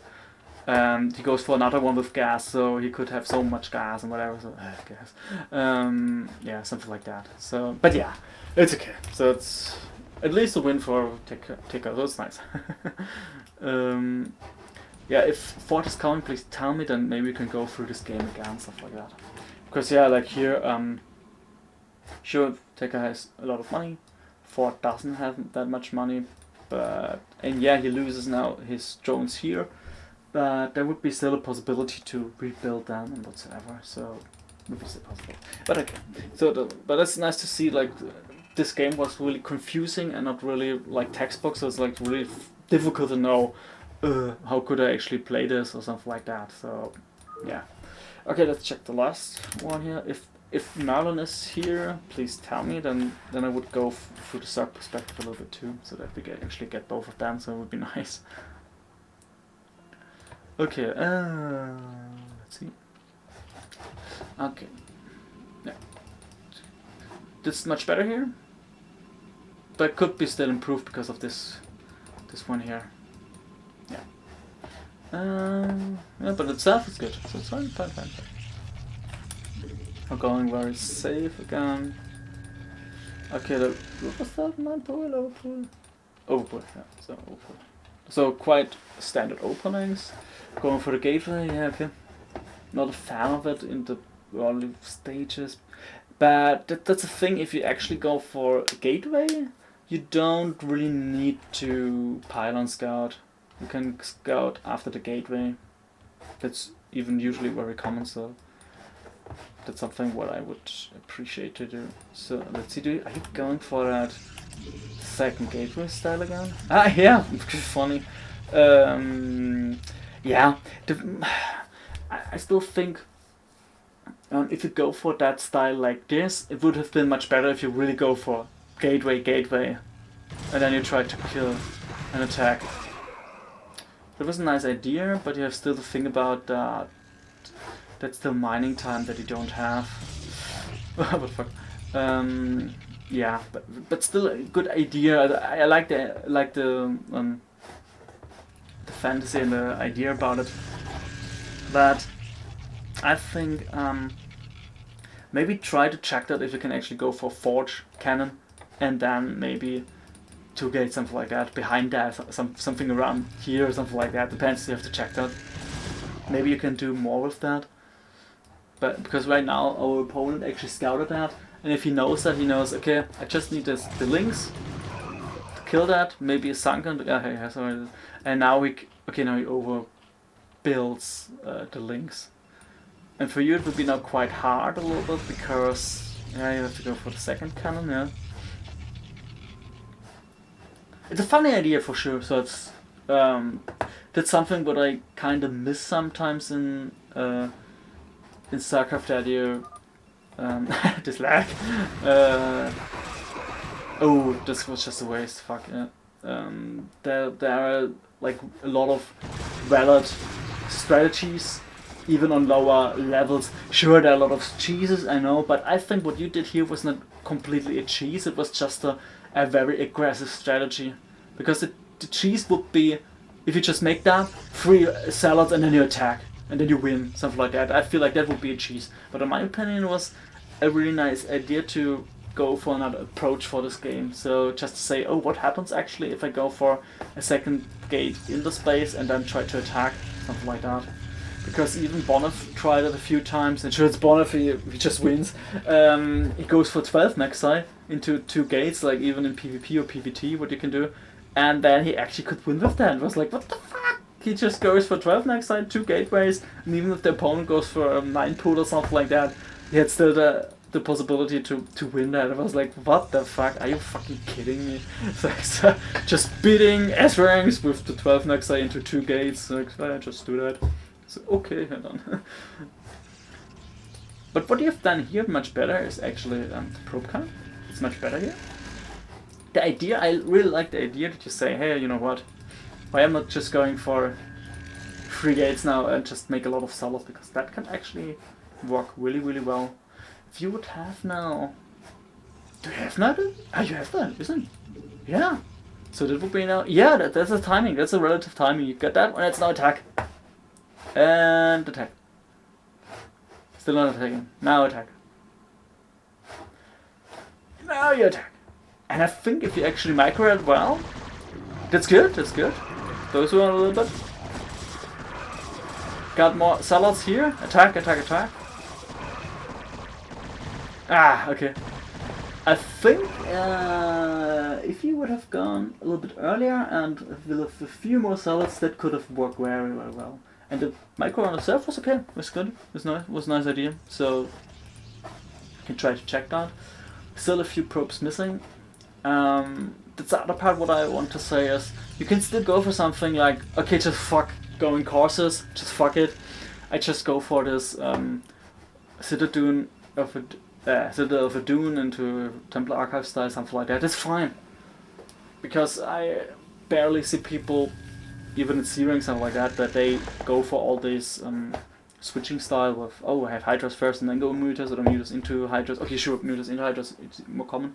But yeah, what I mean is, this is something that you can do just to practice a lot. And there is actually a possibility. There's actually from Jae-yoon a good tutorial on how to play like normal expand.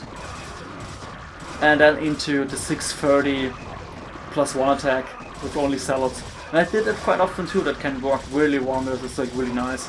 But yeah, now you should see that. Ooh, oh, even reinforcements. Okay, nice. Okay, nice. That's quite a nice idea. So that's good. So I feel like Merlin should have gone for the lurkers already. Yeah, something like that, because he should have seen that you are still on only going for sellers. There's not even one goon. So what is a really good counter against sellers? It's the lurker. So then you could have done that. Would be nice. Yeah, fortune for into 6 gates, speed something like that. Yeah, that's nice. Yeah, the dragoon. Yeah. Yeah. But like I said, this is a really good idea just to say, how can I actually improve my macro, my building structures, my micro and so on. That was a really good idea. So you actually could check how can I actually improve my micro with the salads here and to attack. And that was really good. So it looks like that is really moderate. So I think you can still practice that, but I think you should still practice more on getting at least the gates down, because there's still only 5 gates, and at 2 bases and not even going for stairs, you could have had already 8 gates. And 8 gates is a huge difference, and getting a few more probes, something like that. If even double forge, what the fuck? +1 banana, that's nice. That's why you see the difference here when you just tag and bam, just kill them. Kill them with fire. Solid fire. Yeah, nice. Now I see why people are always complaining about, just make salads and attack. Because I think at that level it looks like that salads are so much better. Nice, yeah. That's something, sure it's maybe more or less like a coincidence, but what you've done here was really well. That's like a pro gamer move in my opinion. Maybe not that, but what I mean is, that is so good. That's so good. Not only because it worked, because it could be a possibility that here would be like 10 Hydras and a Sunken or something like that. But the difference is still, if you compare it with Terran's Vultures, and everybody knows that Terran Vultures are so scary, so they are just driving inside and killing all the drones or killing all the probes and whatever it is. So it's kind of similar with the salads too, but I think not that hardcore like in Vultures. So it depends, but the salads could actually even destroy our hatchery. Depends. But what I mean is, I feel like that's something you can try to work on too. That you say, okay, I get now all these units and whatsoever, and my gateways, and I get my units, and get my goons, and get my observers, and get blah blah blah. So all that stuff. But at the same time, if you feel comfortable enough, you can say, hey, I have 12 salads, or like here 8, 9, something like that, 7 here. Okay, I think it was 8, 9 before. I had some died here. Did you say, okay, I have still the APM just to walk them around? Because what could have happened if, so you knew, okay, his army is here, for example, and now he's trying to get even more units and whatever. But there could be a possibility that this would be defended. But what if he went for another base here? So you could have still run over here, try to check, oh, can I do something? No, it doesn't work. Okay, I walk around, I walk away, I check here. And if you see, oh, he's trying to build something here, kill it. And if this doesn't work, then maybe he's here. Depends, could be. Or maybe he's over here, so you could actually just walk with those salads around here. And he has to decide, do I still want to stay here? Or maybe not, maybe your okay, here's an overload here. But what if you got already the High Templars, and then he got so occupied because your salads are walking around that he doesn't know what's actually attacking, and then the storm is coming, and a lot of Hydras are dying. Because one thing you have to think about is, those salads are not completely worth it for saying, oh, I need all these salads to defend here. Sure, they can help you, I know, but they are not completely helpful in case of what else could help you to defend. And you have already, 7 cannons. Those cannons are like the wall on itself, like literally a wall. But then what you need are the High Templars, and if you have like 1 or 2 High Templars with Storm, then you should completely defend all incoming Hydras and so on. Sure, he could have tried to kill this stuff here because there's only one cannon, maybe a second one who could shoot, but he's already range, so I think he could have shot that down for sure. Yeah, and if that one is free, then he could attack with a huge Hydra army, something like that. Yeah, but that's why you need High Templars if he wants to try to attack there. But your Salads wouldn't be like that helpful if you have like 7 Salads, but he has like 30 Hydras or something like that. Sure, it helps to defend, but I feel like they're not that super worth it. Something like that is much more worth it because he has to invest more money into the Sunkens and more units to defend this stuff. Something like that. So, yeah, I think something like that could have cost you the game here, because it's not really necessary to go for that if there's no other reason to get out. I think it would be something else if there would be like a super huge army with 10,000 lurkers here and you can't get out, and maybe that would be worth trying it, but right now it feels like, okay, I do that because I have money, you know what I mean, so it's difficult to say. But this is like really, really good because, like I mentioned, this was so worth it. And now you could have run away because there are so many units. Just run away. That's fine. Just position it maybe here. Depends. Or maybe go over here, check if there is another base, and then you would have known. Okay, nice. He lost a lot of stuff here, and he still doesn't have a 4th here. Maybe he has a 4th here. I have to check that. But if you see, oh, he has only 3 bases. And he lost already some drones over here, then you know, then you actually know that you should be ahead, especially when you're going for a 3rd right now, something like that. Sure, I talked about not going for that, but even if you didn't get that 3rd right now, you should be ahead because you have 2 bases. Sure, probes are missing here, but still, something like that helped you a lot. Is Merlin here? No. Yeah, sure, he would have won the game right now.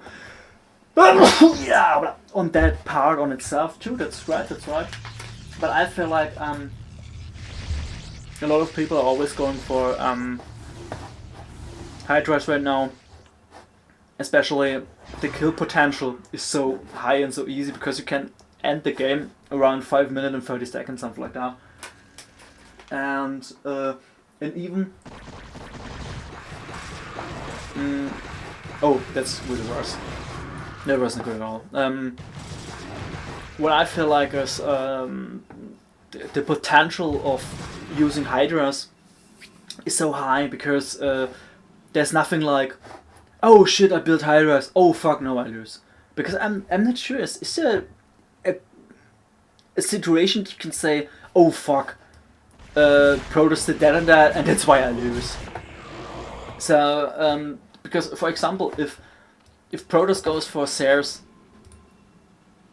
even just for the standard style, and you couldn't scout it correctly, that opponent goes for Hydras. Oh, holy shit. Okay, that's what I mean. You did a super great job, and that should actually win you the game. Yeah, that's what I was talking about. Some units should have been here already, and cannons should have been up, then that wouldn't have happened, but okay. But at least you got so many drones, so that's, I think you should win this now. And yeah, but what I was talking about was when Protoss goes for Sears and couldn't scout properly that, oh shit, there are Hydras coming, then maybe you have only 1 or maybe 2 cannons and then you still lose. So something like that can easily happen. And then like the opposite part would be you don't go for Sears and then you lose because because the mutas are inside the base and you can't do shit. Or there's still a possibility that you feel like, okay, he's going normal spires, be fine, but you didn't see the gas timing, that he already has a second gas and he's going on 2 base mutas and is flying inside here, and you have maybe 1 cannon and only 1 or 2 Sears, and then you're losing here. I feel like Zerg has so much potential in the first 8 minutes to kill you straight away with just going for 1 unit type. And I think that Protoss, you can do so many... oh, nice. Very nice. It's okay. I think like that Protoss can't just say, oh, you know what, I just go for mass scouts or just mass SARs, and then I just shoot down all the overlords so he gets supply blocked, and then I just shoot down with my scouts all the drones and something like that, and then I win. Because yeah, if you have Spire, then you just get the Scourges, and you can still kill all the, even SARs, you can still kill SARs with that if it works correctly when you just surround them. If you have a lot of neuters, could help. Sure, yeah, it's a little bit difficult if there's scouts and SARs or some cores or something like that. But even if he goes for that, he invested so much money for that, so it's really hard. And yeah, and even if you lose some overlords, you can still go for Spore and Sunk and stuff like that, and then you can still shoot against the SARs, and then some overlords will be safe again. So I feel like, let us say I never heard someone, shit, why did I go for Hydra first? Because I went for Hydra first, I lose now so many overlords, or I lost instantly because he went for Zealots or something like that. I never really heard that. So or actually saw that like, oh yeah, look, because he went for Hydra, that's why he lost so easily. And I think, yeah, that's why I think it's so damn hard for Protoss, because I think there's no, even Bonov said, I think there's no downside for going Hydras first. Then yeah, why not? If you go for Muta Micro and just do that, really hard. And if you win because you didn't go for SARs, yeah, but you can still win even if he goes for Citadel with Hydra, so yeah, it depends. Yeah, so drones left hardcore. Yeah, but take up, don't know, take up. I would really recommend maybe work to play. Okay, preseason, I know, but if you go on ladder and something like that, just check here the pylons and so on, that you actually build more gateways at one part, and then get the gateways, because you're again on 3 bases, but you have only 40 probes and only, what is it here, 6 gateways. Usually that shouldn't work. You know what I mean? It's like, that shouldn't work, because on the map on itself you have so much money that 6 gateways shouldn't be enough to equalize your income. Yeah, so that's why I would say something like that, because I think you have a really lot of nice ideas about how to play with the Zealots and something like that. It's a really nice idea. Sure, you can still improve because you still lose kind of dumb your High Templars, like at that part here you had like 7 Zealots, a T or 2, and then 2 High Templars, and they just died even without using the Storm, stuff like that. And you have a nice idea just to go for the shuttle drop. I think that's really good. But what I feel like, if you want to improve, you should maybe skip even the shuttle harassment, because that's really hard. Because I sometimes do that too, so I say, okay, now I don't want to harass, I just want to focus on getting now the gates and get a lot of money, and then use a lot of money just to get the units. And still it happens to me that I feel like, fuck, I have already 8 or 9 gates, but I still didn't macro good enough. So I still have sometimes, even on 8 gates, I have above 1k minerals, and I feel like, okay, I still didn't focus enough on that, because I was already occupied with like a fight here or something like that. And I think like, oh shit, yeah, that's something what I have to completely think about it to work on. Yeah, so let's see. Yeah, so let's go for the other one here. Let's have PvT.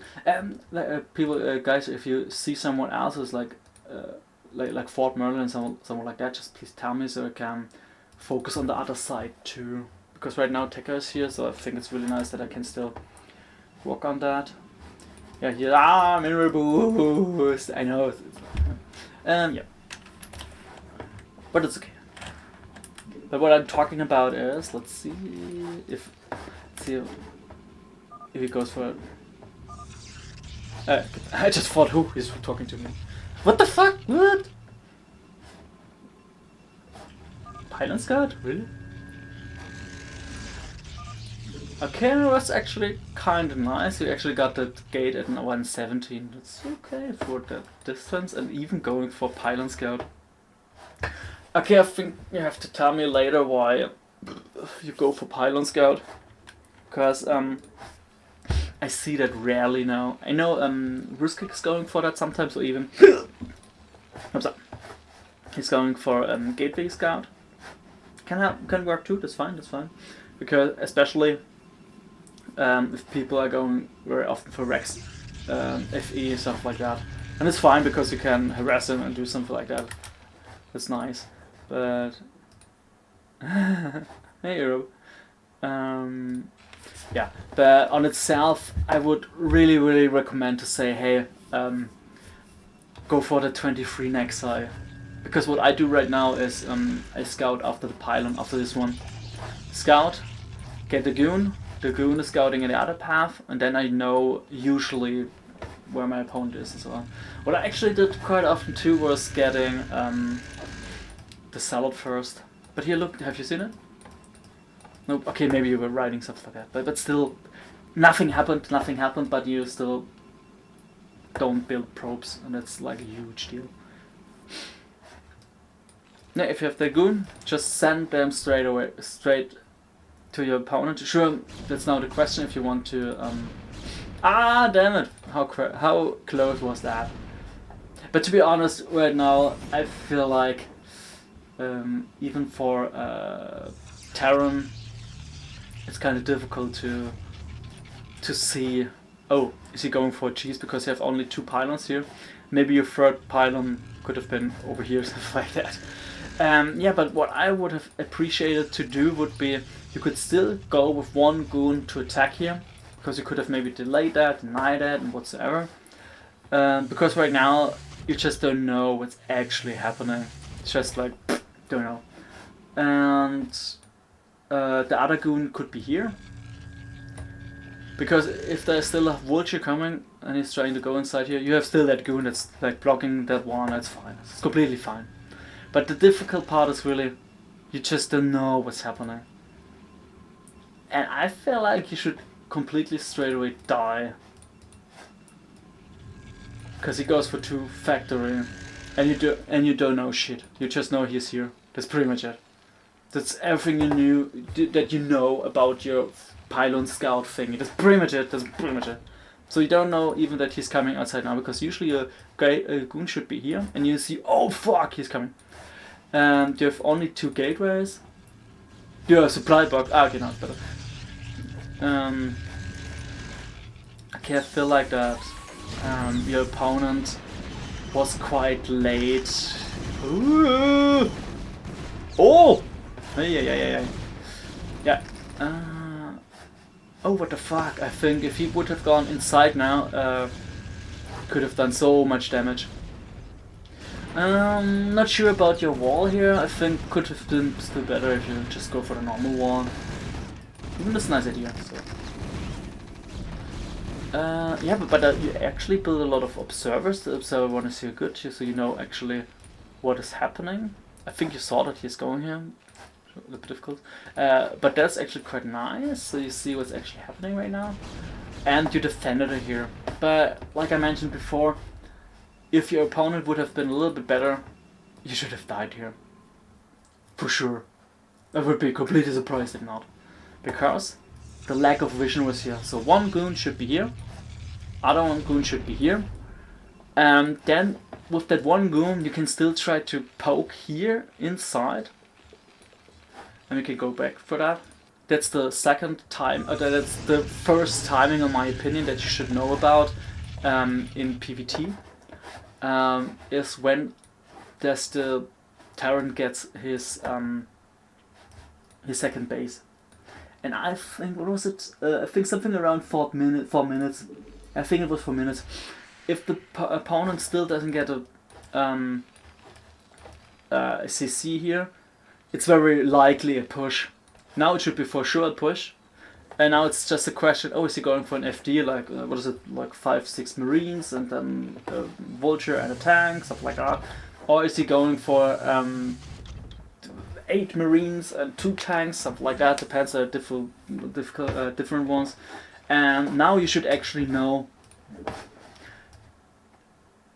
that it should be a 2 factory, because so late the CC is still not done. And if your goon should have walked past that way, you should know, okay, like let us say the goon should have walked earlier past that way. I think something around 4:14, 4:30, something would be still enough. Like walking here, then you see, oh, he gets now that bunker.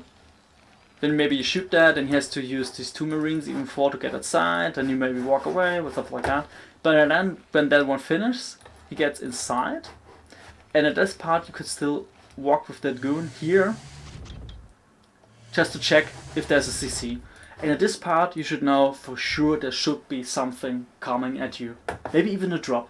So that's a difficult part about this part here, because there are still possibilities how you could die. That's why maybe going for a pylon here could help and so on, but I feel like that's a little bit more advanced. So I feel like going for a wall in here would be nice, just to get the goons. And if you know that something is coming, you could have had all your goons over here. Because if he actually goes over here, outside there, and do something, then I feel like then he isn't D or E rank or something like that. I feel like then he should be at least C or something like that. So, but you could have known for sure that this is an attack because just of that scouting. Between 4 and 5 minutes, if there's still no CC, an attack is coming for sure. And yeah, maybe a drop could come. But then, yeah, maybe the pile on the air, whatsoever. But you still get more goons and so on. And if you see that there's no, if you still build the next side, or you already start building the next side, usually at 23 supply, depends which one you're going for. I think there was a 23 one. Then you should know, oh shit, I should get the robo, I should cut some workers and get more gateways, the free gateways for sure, because an attack is coming. And even if it's a siege expand, so that means he just gets one tank with siege, shoots you down or shoots you away, and then the CC is flying over there and bloop, landing there. It's still okay. Eternum told me that it's still fine if you cut here. If you cut here right now, get more gates, get only units, get your robo with the observer just to get observatory, and then position your units somehow. It's still okay even if your opponent goes for a siege expand. That you catch up with that again, because your next side was much earlier, and so it's fine. So it's not like, oh shit, he didn't attack me, he just was super late with a siege expand and stuff like that. Can happen, yeah. 8, yeah, that's okay, that's good. I think that was good. Yeah. Okay. But this one is just too late. These 2 gateways are super late. Because there's still a possibility that after getting the CC and whatever, that the Terran goes for the 2 attack again for something like 3 tanks, I think some villages and some marines, stuff like that, and then they attack with them. But what is it? A little bit later than that. I don't know the time right now, but it's something like that. But what he did is more or less like an all-in on one base right now. Yeah, because there's still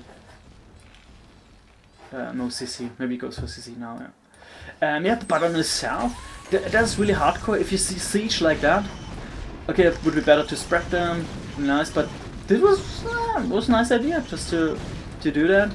But like I said, sometimes it's good to know how to prevent that, and the best prevention would be if at least one goon would have been here just to see what's coming. Then if you see, oh shit, he's coming, then you could have had your goons maybe over here. You can even build a pylon over here. Then you can actually catch him off guard here.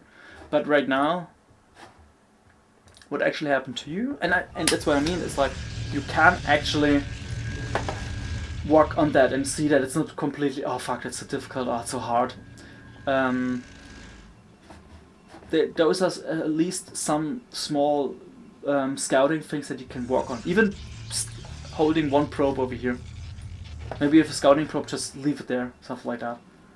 Because right now you just, that one could be maybe flying over there.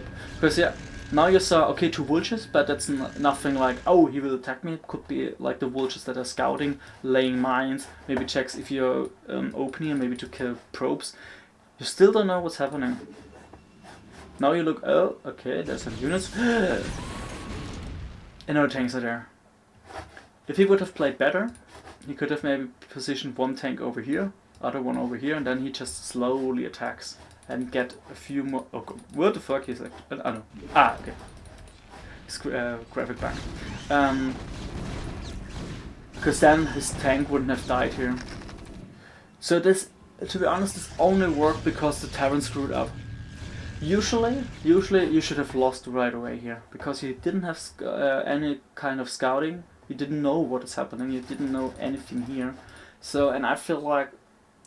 That is something you can actually work on and you can do. So at least in the beginning, scouting, is the CC coming? Scouting, what kind of attack could it be? So at least you know he's attacking.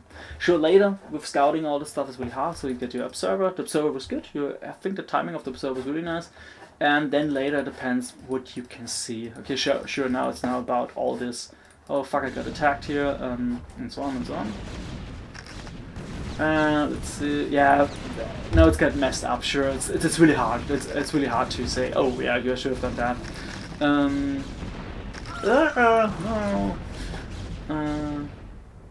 Yeah, but you actually defend it, and now it's actually a lot about. Now here's a part about huge decision making. Do you think? Okay, he actually got his base super late. So there's a possibility that I can actually go now for first you defended his attack. There's a high possibility that you could actually maybe just attack him right now because you actually can see he's now only 1 tank and 1 tank is nothing. If you would go for you have already 3 zealots. If you would go now for a shuttle, and with these 3 zealots you have some goons left. Maybe you can even wall in completely after that. Get some goons, get the shuttle, get that zealot, and then you can drop him here. Get the goons here and attack, because that could completely work. But what else you could do is just expand right now. You have the goons, you know this is his whole army right now, what's distracting you right now, and that you just say, oh, okay, I'm actually ahead with my Maxi. I didn't get that much damage, at least for some probe losses, but it's okay, it's okay. And I should be ahead right now, and he has not the amount of units to kill me, so I should actually be able to defend. That's something what you can think about. And sure, I think actually everything what actually happened here was super confusing and super late and so on, because I think that the attack from Cold Terran should actually be much earlier, especially on 1 base. But yeah.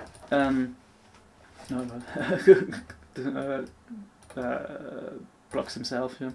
Yeah, so I would say at a situation like this, think about, do you want to go for attack right now because you want to end this game?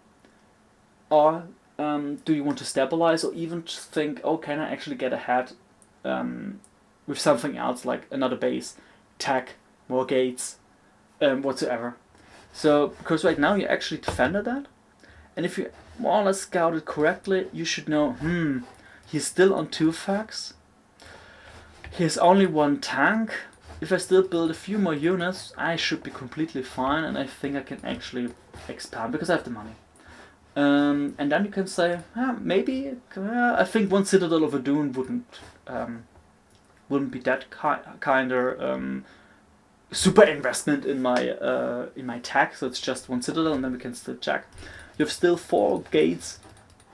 That's a lot to double. He has factories, so I think that's at least fine to hold. And now you think what you should have in check is just about, is he getting now a lot more tanks, like 4 more tanks, and he tries to attack again? Because if they're like here now, like 5 tanks sieged up or something like that, and you don't have units, that could be hardcore. Maybe why a shuttle could be helpful too.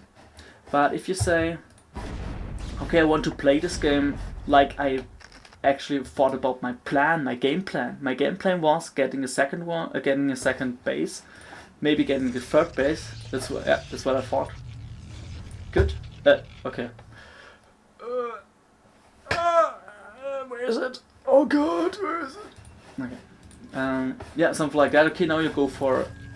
and that's something you have to keep in mind. You actually went for... what you actually did was, you have an advantage, and you use the advantage to get tech. And then after that you just thought about, oh, maybe I get now, because of the money, I get the next side too. So be careful about that, because that means you invest now so many resources for tech, because one Citadel is okay, but even getting the Stargate, that's a different story. You got now even tech here. You invested for some tech here. You even invested now money for a base, and you're still building some probes. So the question is, do you still have a lot amount of money just to build units? Right now, sure, it looks now different, but the thing is, you're now supply blocked.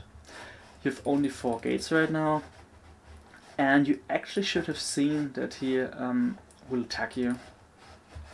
Observer would have been maybe in a bit. Oh, that one is actually seeing it, that he's attacking again. So why are your units are still here?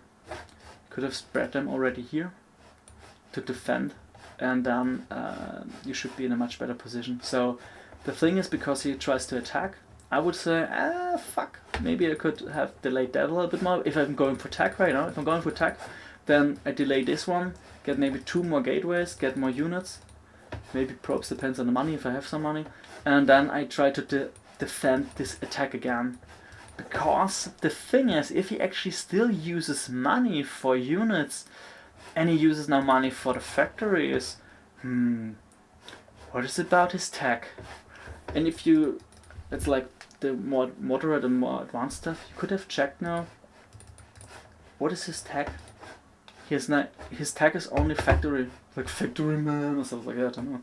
I don't really like these terms. It's so dumb, because no one says Hydra man or something like that. Like, what the fuck? Okay, but what I mean is, right now he goes for 4 factories here, and you see that. You know, only the factory time, but he has still no armory. He still get now the academy to scan later, but he only invests money in these stupid factories. And the only thing he can do is like getting units and attack. But he has on itself not really vision. That's the only vision that he has. He has no scan, just to scan here. Oh, how many units does he have? He's going on luck. He maybe this was his position to say, oh, maybe I just scout here and check with my vultures first, but I really doubt that. So what he's actually going for is, okay, I just make factories, then I make units, and then I attack. That's his whole game style.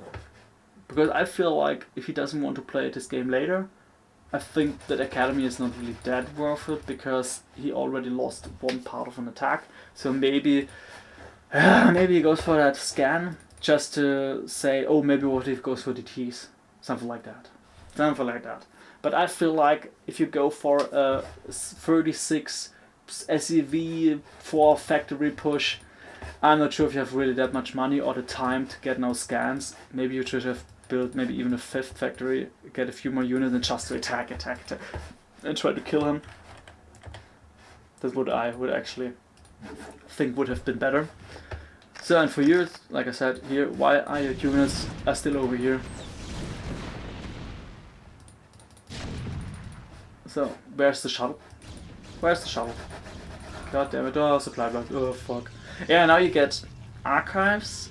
That's okay, I guess, but I'm not sure if you actually know why you're going for that. I feel like you're going for that for because you know you need it for making arbiters, but I'm not sure if you actually saw that you could have killed him with a DT or something like that. So then it's difficult to say, no, you got a shuttle, okay. Yeah, that's what I'm talking about. The thing is, if something like that is coming, you actually don't have the time for the arbiters. That shouldn't have worked. That shouldn't have worked at all. But the difference was still your opponent just screwed up here with the attack here. He's now only 3 tanks. He now 2 of them now unsieged, and now you can actually aim with that. Doesn't matter because of 2 mines. Oh my god. Yeah, he attacks now, and that's similar like with that game that you had in PvC. You just attacked with like one High Templar and a few Zealots and a few Goons, and this is the same part. He attacks now with only 3 tanks, a few Vultures, 1 Marine, oh wow, and he has only 2 mines here, so it would have been better if he would have already got some mines over here, maybe something like that, and then maybe waited for some reinforcements, and then he could have said, okay, I have 3 tanks here, 3 tanks are really strong, they can kill a lot, so maybe I just go up there then, and I go up there, and then I try to, my plan is to get this area here. So that's why for you it would have been better if you positioned all your units around here. Something like that. But it only worked because he screwed up here, because he said, oh, I just unsiege those 2, walk up here, and then you saw it, and then you attacked, and that's pretty much it. Yeah. Yeah, usually you should have gone already this speed upgrade. And just because you saw that he's attacking you all the time with so many factories. Sure, usually you don't need it that early, but that's the thing. Usually, you know, you should get it later because I don't need it. But now you could have needed it because your opponent is attacking you all the time. So that's why this should have been much earlier. Oh, that was good relative timing. That recall or stasis would be nice, yeah.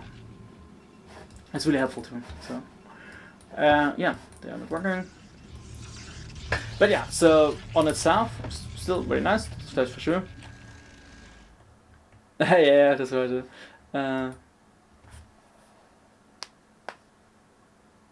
Ford, you here? Are you still there, or are you gone? No, don't see you actually. I really missed you guys at least one of my matches. Or maybe you can send me to replace 2, something like that, because then I can stop it here, and then I can talk about your perspective of the game, something like that. Yeah, on itself. So now you got your attack and so on, so that's fine. But I still feel like work on your basics too, and I think I will talk about late game when I watch the grass game, because I feel like they have a late game too. But PvP, let's check that quickly. Let's see what you're going for. One second, that's your opponent. That's you. Okay, interesting. I think next time you have to tell me why you're always going for Pylon Scout. If it's like the old school style, go for... Because that's what I did, because I didn't know anything about StarCraft, I just went for, okay, I'll go for Pylon Scout. 2 gates? Okay. Okay, your response to that is 2 gates too, so that's fine. There's one thing you can actually think about is,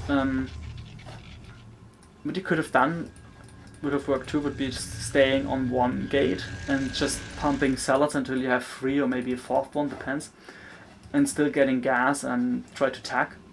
Because you have to think about, if your opponent goes for units, and those units are going to attack and they don't no damage at all. What the fuck? They are going for no damage at all. That usually means yeah, that you should be more or less ahead, because he lost so many units, and if you're not ahead on the probes, because you should build the probes at the same amount of time too usually, then you should be able to ahead in tech. Now you're ahead here, okay, that's fine. Yeah, to be honest, what you did here was just a little bit of gambling, I guess. The funny part is, it's actually a really good counter to what he did, but I feel like you did that only because, like, okay, I tried it or something like that. I don't know if it's really like, oh, yeah, I saw that he got already the forge, that he's already trying to build cannons over here, so I don't need that, and something like that.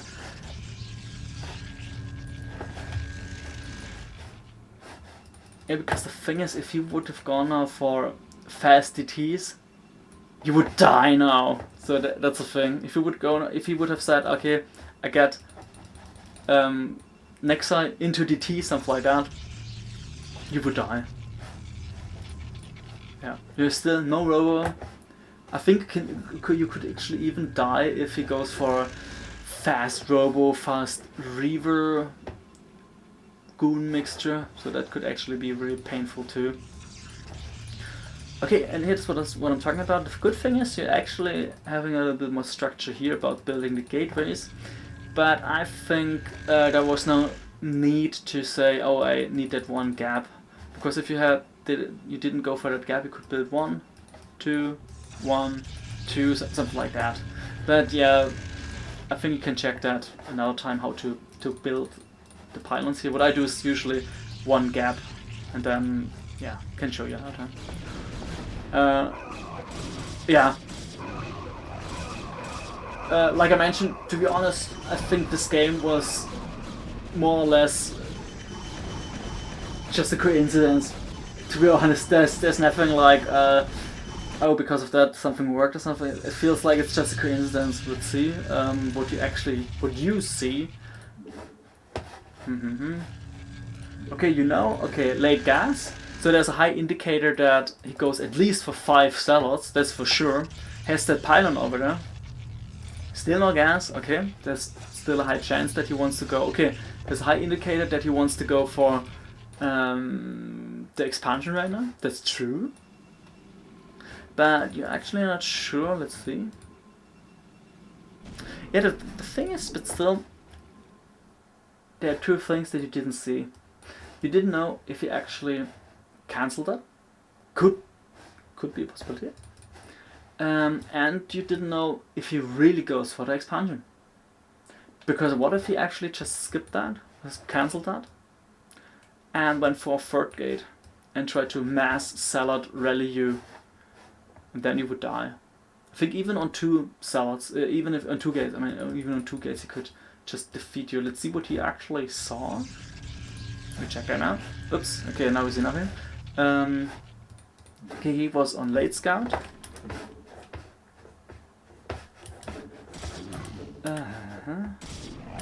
Okay, that's hard.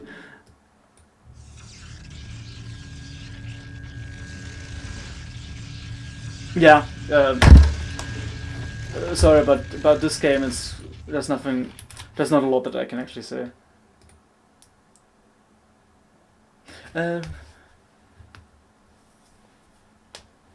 Yeah. So the thing is, a lot of people are going for the bullshit with just going 2 gates and then getting like 5 or maybe 7 salads, try to attack to maybe even kill my opponent or at least do some damage or whatever. And in the meantime, I go for Nexi and get some cannons there. And if you have a position like this, usually you can only die to a fast DT drop or something like that. But if my opponent goes for 2 gates too, it's very unlikely that he goes now for a DT drop or a fast DT drop. So maybe I can still go for a cannon here and then it should be more or less safe. So it depends. But this one is actually very safe against some other attacks now, some salads here. DTs can't go through here. And maybe what you could die now would be some mass goons that are there, but then he is actually on the side about, okay, I just hope that he doesn't get too many cannons, that he doesn't get too many goons, or that he just skips his probes or something like that. Because usually you should think, okay, this guy is now going for mass probes, but now he built some probes, but he should have a lot more. And yeah, like I said, this is just you won this game just because he thought about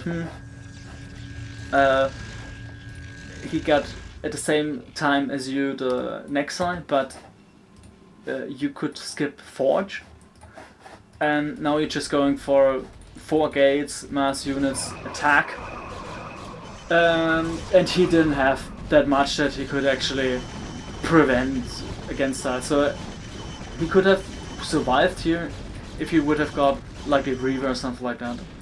it's pretty much it. So there's nothing else that I can actually say. Something like that's really nice. I like that. But there's nothing else that I can really say. Oh, that was typical PvP style or something like that. I feel like we need another replay for that to actually check that. Yeah. Okay. Did I actually get some other replays? I don't think so. A second.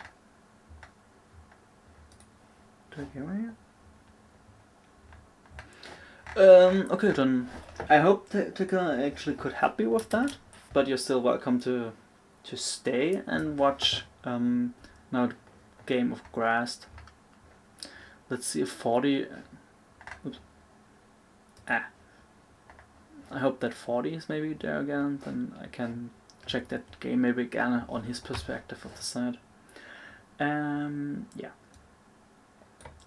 So, yeah, PVC again, and this time is Grass A rank. I'm not sure, if, at least B for sure. I know that, but not sure about if he's actually A rank. So okay, let's see. First of all, good spread, but you could still go with this probe over here to mine over here, and okay, now you say you don't want to mineral boost this one, so that's fine.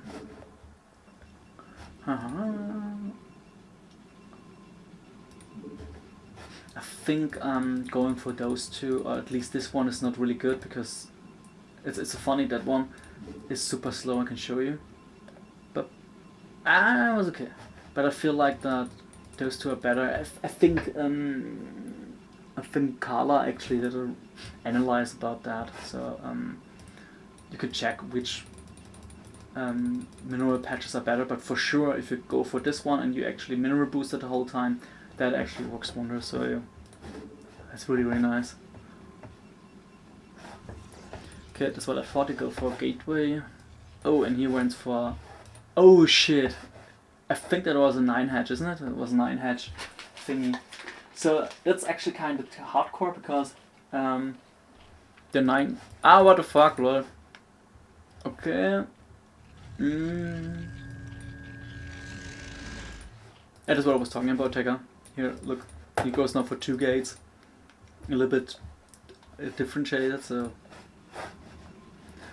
that's actually kind of funny. Yeah. I think he didn't see that. Okay, nice. Okay, but still, like, he goes for so many links. It's funny. Did he know how you play or something like that? Because he didn't scout at all, and he's like, I just build links. I just hope for the best, something like that. Kind of funny, okay. Yeah, shit, one salad. Yeah, no, it's difficult. Yeah, okay, now he gets a lot of links right now. Ah, shit, again. Okay, well, difference is still. Oh, what the fuck? Difference is still. You have at least a lot of probes, so it could be nice. You're now mega prepared against the Ling all in. But I'm not sure if it actually backfires. Because I feel like he could have gone for oh, what the fuck? Because I feel like he could have gone for a very fast lair right now. Go for that one now. Yeah, kind of interesting to see that.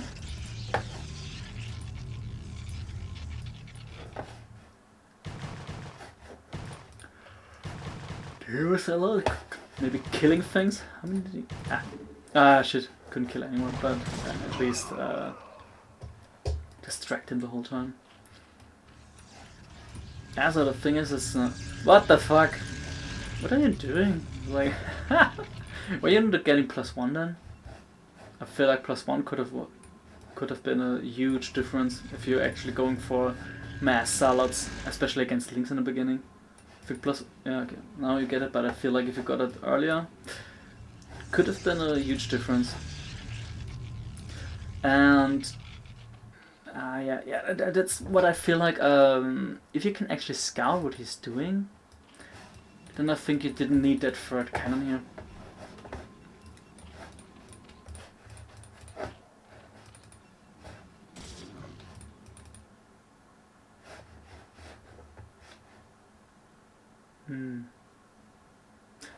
But interesting to see that only one salad is like distracting me so long and so much. It's funny. Okay.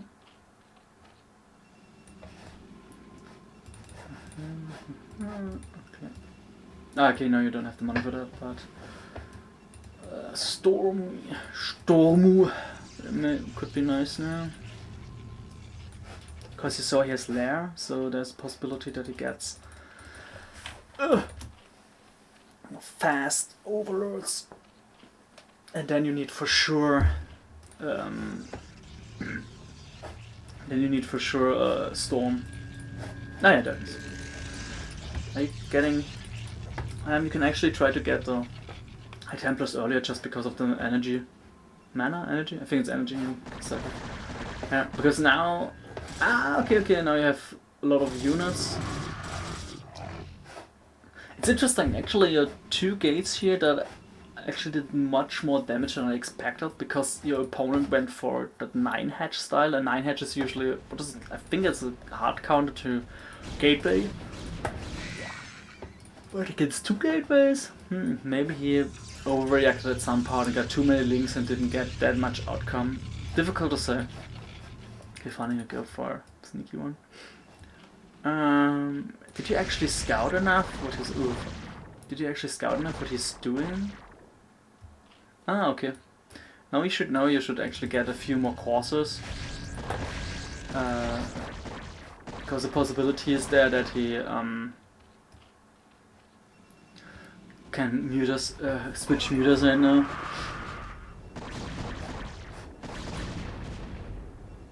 So yeah, for sure you need more courses then, especially when he gets the Spire. At least 1 or 2 more, so that would be enough. It's like I mentioned, what if he actually goes for a switch and you have no cannons here? There are 2 cannons here, but this could be completely obliterated if he would have gotten like maybe 7 muters or something like that and you fly inside. That could have done so much damage.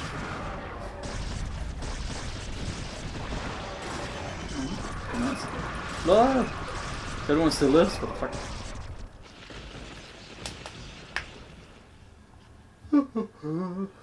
Yeah, no. Money? Too much money? 1, 2, 3, 4, 5, 6, 7, 8. To give the... yeah, robotics side, yeah, okay. Yeah, need that one, yeah. Yeah, gas is now missing. That's one I think maybe sometimes could be good just to get maybe 1 or 2 pylons here and 1 or 2 more gateways. Because I think, especially at our level, something like that happens with like 2k minerals, stuff like that. It just means there were too many macro cycles missing. And yeah, look, you even have the 3rd base, I forgot that. And yeah, there are not too many probes there. But if you go for that, then you should get at least more gateway. Okay, now you get it, but earlier. And now you can actually think about even going for a reverse, something like that. Oh, yeah.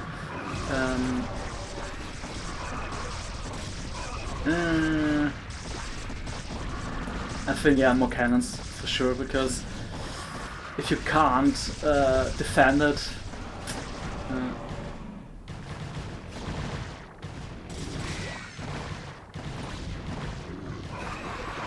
okay, let's just find 2-1 with your upgrades. 1-1, yeah, you're lacking actually of upgrades. You have 2, okay, that's fine, but it's still a little bit late, because your opponent has better upgrades than you have. 2-2 against 1-1, yeah. So you're slowly catching up, but I feel like, yeah, the upgrades should be much better earlier. It's already 60 minutes, and he has already 2-2. That's hard. And you have now 1-2. Yeah, that's hard. Okay, good. Get that one. Get the reverse. Good. Okay. Okay, that's funny. I think you have a possibility to build some cannons here. And try to get this base again. I feel like that would be nice.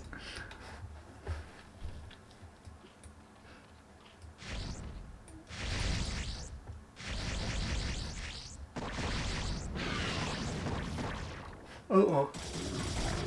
Losing their cells like that. Not so nice. Okay, now he fits completely, huh? Yeah. Be careful, that's one thing what I do always wrong too. Don't charge with your salads inside this one here. That's something what I actually think is very interesting and super hard to do. Even Jaehyun said it's really hard. What you could have done would be try to get rid of the first few, maybe 3 lurkers here, maybe with Storm and with the goons first, and your salads could have been like here. And because there's a narrow gap here, there's a high chance that all his units got clumped here, and then you can storm here, so that would be nice. Yeah, your unit composition is okayish, I guess. Maybe 1 or 2 more goons would be nice. So what I actually did once was I actually tried to work on that. I actually got a lot of units. I actually got that position here, but my opponent just got too much money, so that's why I couldn't defeat him later. But it actually helped me to work on this unit composition and how to fight against something like this, because I think this is more or less like suicide, because there are already 5 lurkers and 2 Sunkens at least, the 3rd one is coming, and this actually leads, on my opinion, just to yeah, that you lose too many things, and you see all your salads here. Yeah, they just get vaporized usually. Okay, but because if you think about it, if you didn't lose so many salads to all these lurkers, then you could have had a few more salads, and then now you could actually attack, because there's only these 3 bases, 1 lurker who lives only for 1 more shot, 1 lurker here, and now you could actually attack. It could have worked, but yeah, it's super difficult. That's why I would say, if you got in a position like this, try to practice attacking with goons, storms, and with the observer positioning. It's really hard, and the salads should just stay here. Yeah, you even have your hotkeys here for the units are even mixed. That could actually lead to that when you A-move, that all your salads are attacking too. So I would really recommend what I do usually is like 1 control group only salads, 2nd control group is only goons and 1 observer, something like that. And then you can actually just say, okay, attack with the observers, goons. Sometimes I heard about, is it in PvT? Yeah, I think it's more in PvT. Yeah, and then like 4 depends. Not sure if you actually go for a right click or if you go for a move. Don't know. But this could actually help you more to attack here better, because if you go just for a move, you see all these salads are more like, okay, I just die. But sure, it's completely hard. I still need a lot of practice to finally get better at this. Yeah, and now it leads to losing this engagement here, unfortunately. Upgrades, okay, nice. Okay, lacking here upgrades. Maybe, I'm not sure if you actually went for upgrades for observatory or something like that, or like faster, or at least, what's it called, the range of the observers. This is good, just to check what's there. As you can see, oh, here, builds there, now go and kill it. Units are here, just go and kill it. 1 or 2 storms are enough, and then you can just vaporize it. But okay, you don't attack that, that's kind of unfortunate.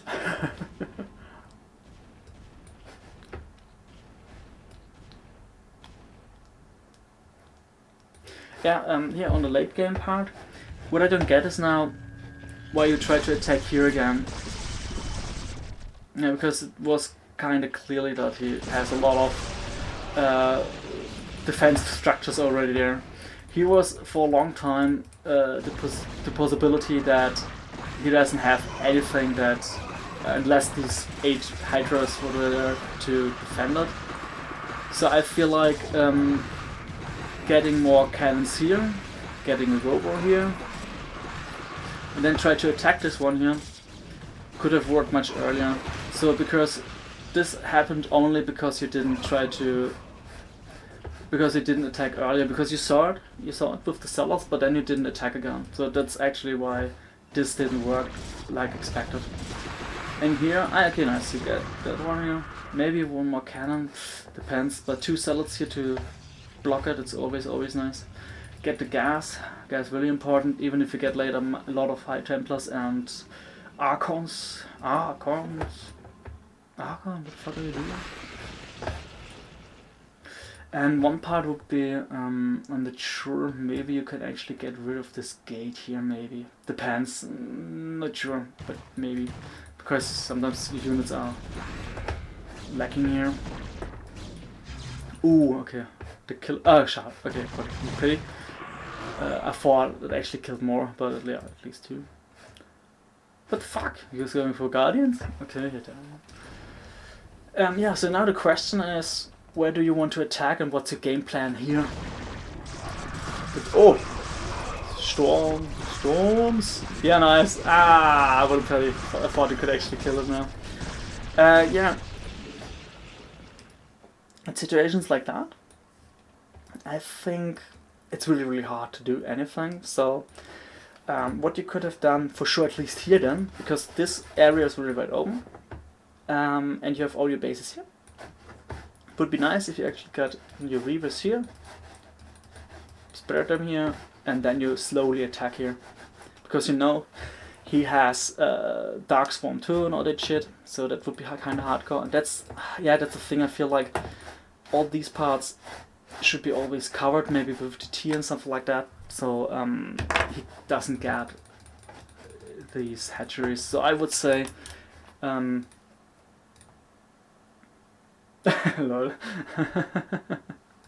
Yeah, Stormy Brother. Okay. Yeah, what I would say is all this stuff here happened just because you scouted too late and your decision making was not good enough to say, okay, I want to deny that now or again or stuff like that. And I feel like what you can work on is completely the vision. That's what I have to do too. It's like completely, I fucked that up, and October Cirque told me you have to improve that and your unit control. Those are 2 things you should completely improve, and then you can play much better, because maybe sometimes it's not even about, oh, I didn't build enough gateways, oh, I didn't macro enough or something like that. Very often it's about, yeah, you have your units here. Now even the unit composition here is quite shit, because if he goes now for a lot of links, even for Darkswarm, can be kind of hard to survive that, so there's a high chance that you will lose all your units here just because the unit composition is bad. And now you try to do something here, but only 4 lurkers. I think even this could prevent that. He gets the sunken, so it's now really hardcore to do something. But if you would have gone maybe for nearly what you've done here, for more drops, because you could have gone for a lot of drops here. There's not a lot that you actually go for defender key here maybe, but not here, not here, not even here. Okay, that doesn't matter anyway, and not even here again. So drops could have been quite super nice. Even a drop with 1 or 2 shuttles and with at least 2 Reavers here. 2 Reavers, boom boom, shooting here would be nice. So that could actually work too. Because going like this, I know you see that in every pro gamer replay, something like that, but the thing is, pro gamers are pro gamers, they do that for a living to do attacks like that and still super mega hyper macro and whatsoever and still go for a drop. But we are not pro gamers, we don't do this for a living, so yeah, I would say try to focus on your scouting in the beginning, and later if you have something like this, maybe go for some specific drops, or wait until you get finally the Reavers, because with the Reavers you could have busted this maybe. Sure, I hate Reavers sometimes too. Usually I love them, but I hate stuff like this. If you go with the Reavers over here and you try to shoot the Sunken, it's like, no, I didn't do this, I just walk over here and just let me die That's okay. I love that. Ah, nice, Reaver. Thank you, Reaver. That you like walking up the hill instead of just shooting if you actually have the vision for that. So I hate this so much. Yeah, this actually happened just because you don't have any High Templars left. Oh fuck. That's why I talked earlier. At least one High Templar here, then you can storm here. Stuff like that wouldn't have happened. And now I'm actually kind of curious if I can survive that somehow, or beat him for some reason, don't know. There's still yeah, but I feel like it's not finished now. So there's so much money, you can't do anything right now. So I would say if you see he is going for like a turtling style with a lot of lurkers and a lot of sunkens here. Like, let's see, like over here. Yeah, like this here, like this one here. Sure, you actually already got behind here because you tried to be sneaky with the base, but you didn't get enough cannons there. So kind of sad, but okay. But maybe could you? Yeah. So I feel like this one actually got you behind. Yeah, but if you see something like this, like he goes for kind of turtling style on his bases and so on. I think there are two options what you could do, and I feel like I have to think about that too. For example, I think that Protoss has usually the best opportunity in every matchup to fight in the middle of somewhere. To be very mobile to fight. While Zerg is really nice to be quickly at some positions, like even saying, hey, I just send 1 or 2 Zerglings over here to kill everything, and then try to surround my opponents, just to go through different areas, and then try to breach that, and later with the Dark Storm I breach it for sure with my links, because yeah, there's not always need to go with a full force to attack. While Terrans are more, in my opinion, very good at defense, sure, that's for sure.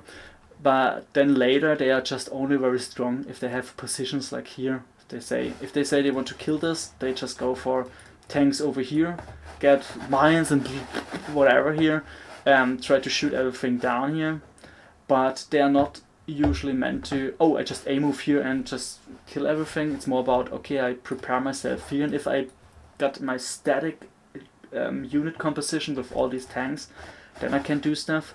But Protoss is, in my opinion, more about, okay, they are very mobile to walk around with a huge amount of army that is really strong, but at the same part not so super slow that you feel like, okay, it will take me ages to go over here. So I think what you could have done here would be maybe check where his army is, because like here this is kind of nice to attack, and killing units can actually work too. Just say, okay, maybe I just go over here, kill all this stuff, and maybe force him to go back so that he doesn't get this ground here. So it depends. There's a possibility. It's not like, oh, you should have done it for sure, but there's a possibility for that. And yeah, yeah, because attacking here is really difficult. It can work, but it's difficult. And the same part, like what happened in the last of the game, is what if he actually used all his units? I think even this unit part could actually go now and attack here and kill you.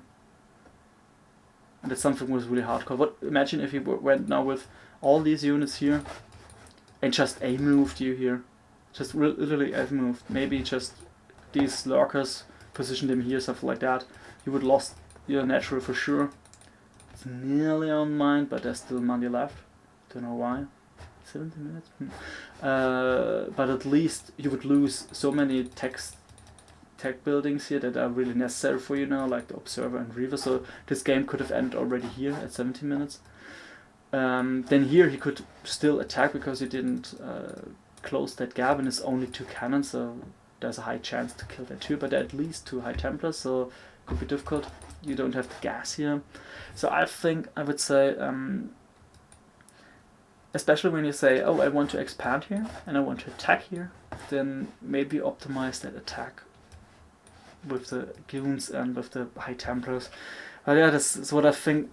That would be nice if someone who's an expert like Bonner or even Dragon. Oh, I think Dragon here. So many good explanations. Quark, I don't know. If they could actually say something about this situation here, because I feel like it's not really good. It is good to say, okay, I deny the space and then go back, and then maybe just say, okay, I get that fourth. That's something what you could say is, I get that fourth. I get more stuff for. I get more stuff to defend because you're going on the fourth too, so that means you're on 4 waves against 4 bases. You try to check that he doesn't get one of those bases here, and your units are maybe here, or at least trying to harass him a little bit here, shooting, getting the Nexi over here, and then all your other units are trying to defend because he can still just counter attack here and kill everything here. And even if you get like 10 salads here, it's not enough. You know, like 4 lurkers, bloop, like digging down here, and then these 11 salads are nothing. So yeah, that's what I think what you could have done, and at least that gas here, that's really important. I'm not sure, do you have... Ah, you have it, okay. You have the energy upgrade. Yeah, so that's what I mean, like I feel like Protoss is not really good, especially with the normal unit composition, to say, oh, I just attack a base. Because just think about it, you have the only unit that you have that actually can attack here and is not completely in range of fire of everything are the goons. And the goons have to shoot at the lurker, and the lurker can shoot back.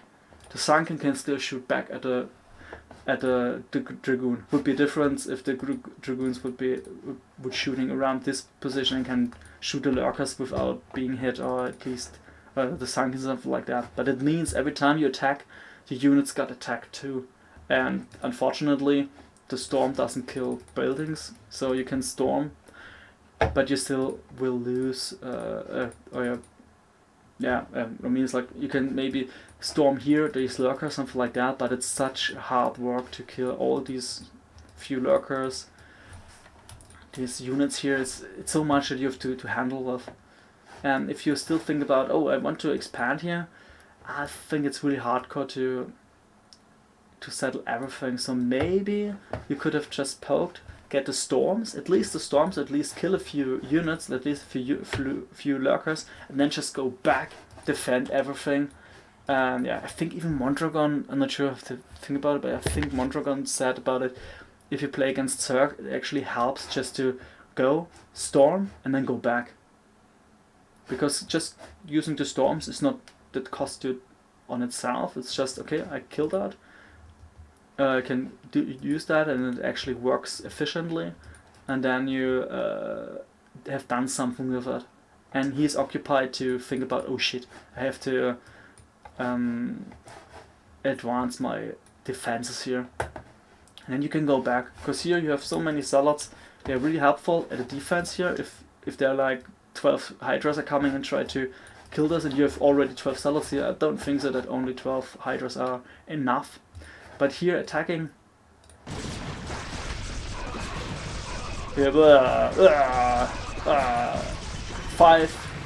already 5 zealots are dead by doing nothing. Actually, I think they didn't even kill one unit, maybe a Ling or something like that. And this one I think died because of the goon and the storm. 6-1 died, 7-1 died. I think at least 6 or 7 zealots died doing nothing. Those ones are a little bit different because they actually block all the links and all the goons can shoot, so I feel like those ones were very helpful, but now you're at 7 zealots instead of over 12 what you had before. So a lot of zealots just died and were like cannon fodder. So yeah, that's what I feel like. You could have tried to at least storm, at least kill some lurkers, kill some other units, use the goons to attack, and then just go back, get your reavers, get your 4th, and then maybe you can attack there again with the reavers. Because I feel like if there are reavers and they are shooting, it would be completely other story. Sure, but then you have Darkstorm and Plague and whatsoever. But yeah, I feel like that could have actually worked. And on the other hand, if you have 4 bases and he has 4 bases, you should be ahead actually. So your goal could be expand, because he's very turtley, so it's better to go. If someone is going for defense, you can go greedy, something like that. So into some, so you could have gotten now the next time. Try to defend this one here. Just check that you know if there's something coming or not. Try to take those 2 bases if he's not going sneaky and just double expand it or something like that. So I feel like that could be a game plan to say, okay, I can't really attack with this unit composition, especially now when you don't have that many Salads, the High Templars don't have energy anymore, and the Goons, okay, now you're going back, that's fine. But still, it's like, with this unit composition you can't do that much anymore. And yeah, and you lost now too many Salads in the beginning, but so it would be a difference if you didn't lose them in the first place. And yeah, so going for the fourth, the denying bases, I feel like that would be now the best decision what you could do, and going for drops and DTs, stuff like that, or even like storm drops. If you would have storm dropped here, it would be super nice, because there's only one Scourge, is it? Oh no, sorry, 2 Scourges. But still, I feel like you could have fly over here. Shit's difficult to say, but if you would have flying over here, flew. If you would have flew over here, then you could have done so much damage here, and I think that could actually maybe brought you back. So that's my opinion, my thoughts about it.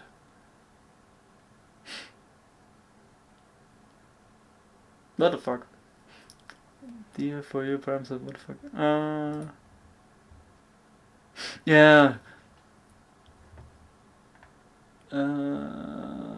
Dragon would be nice. Okay, let's see what. Sunken Man! What tier is this? Just joined. I think Grass is T0, isn't it? Let's check that. But at least something around B rank. Assistant coach, so it was for sure high B, something like that, or mid B for sure. Would be surprised if he's like low B, C rank, stuff like that.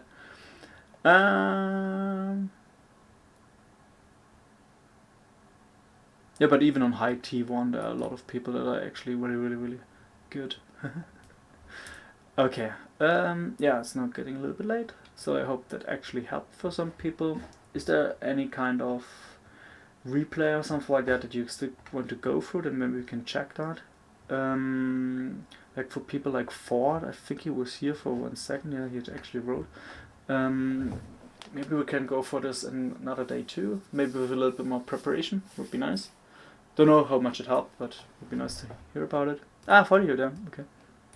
If you want, I still have time, a little bit time to say we go through one of your games. Do you want to go through this game against Tekka? I can check that. Or we can go for, because that game was kinda dicey, like really complicated. If you have another replay, just you can maybe send it to me. Durandal. Durandal. Okay, then Durandal showed me one replay too. Let's see. Can I actually? 1 second. Can I actually download it? Okay. Okay, yeah, do you have any other replay where what you think like, okay, this was more or less a standard game, but didn't work that well? Okay. Then, yeah, maybe just send me another time replays, and then I will try to get these, try to get through those games on the Zerg perspective a little bit more. Would be nice. Okay, Durandal.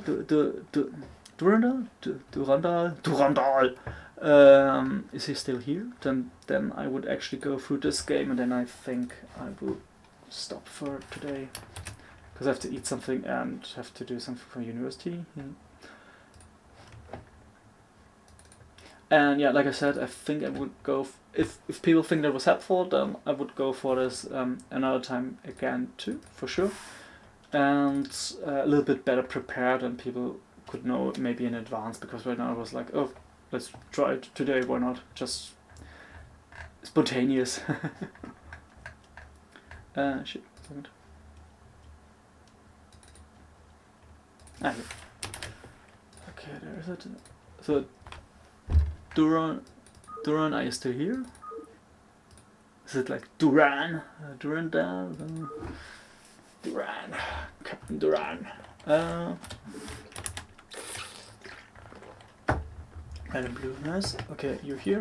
Solar Glory is over here. I think I caught Solar Glory sometimes too, don't know. Oops, fuck. Okay. Ah, yeah. Okay, Duran, you're here. Nice, okay. Okay, now it's your game turn here. Okay. Oh god. Yeah, this split could have done much better. But I actually have this WOD where I actually talked about this, and I think even Quark explains it. So this is not really good split. It's okay-ish. At least 4 of them are actually working. But look at the mineral optimization, because like this one could have gone over here and then down, similar like that, a little bit more to the right, and then it would be a little bit faster. And this one should be over here. I can mine over there. Because the thing is now, if you go for a normal, maybe gate scout, maybe after the double gate scout, what the fuck is? Okay, now I'm completely confused. I just want to say you can actually get a gate at least around 115 or something like that, but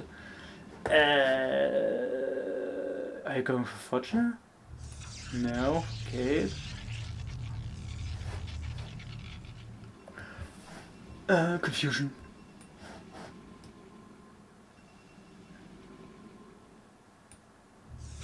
Okay, yeah, what you're doing here right now is more or less a 2-gate I want to kill you style.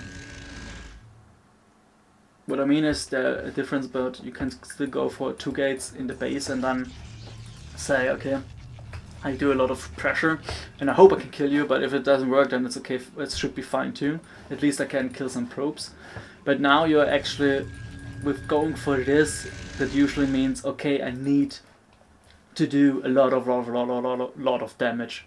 Like this is, my opinion, is similar like if you would have placed him here like that. If you would have gone for like the typical 9-9 gate in the center or something like that, or here, or whatever, doesn't matter. Yeah, so I don't know why he's actually scouting so weird here, but he actually scouted you super late. Okay, yeah, kind of weird. Okay, okay, one thing is.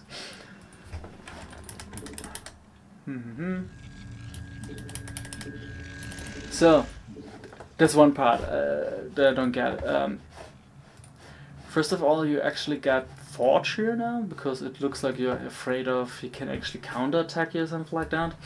Your 3 zealots are ready now, but you don't do anything with them. So, you can now attack, or you can wait for 5 zealots and attack, something like that. But I feel like, because you're still not producing the zealots, you could have attacked right. Okay, you supply block, but okay, you could have done this differently. I feel like after those 3 zealots, now you should have attacked. Yeah, it's at least, what is it, like 10-15 seconds, something like that. And yeah, and he goes for greedy, no zealot, just getting goon style. And if you would have been there 15 seconds earlier, you had only 1 goon, and now try to defend against this only with 1 goon. And then the other part is, because you went for this style, I feel like you should have gotten those 2 extra zealots earlier before you get like that gas or something like that. Because I feel like if you want to go for gas and even the core and whatsoever, I feel like you could have gone for yeah, just going for the typical Bonhoff style, like 2 gates, 3 zealots attack, and then into goons, something like that. Because you have to think about it. You actually invested now money into the cannons, and still you don't have any advantage whatsoever. There's no advantage. You're not going for a +1 or something like that.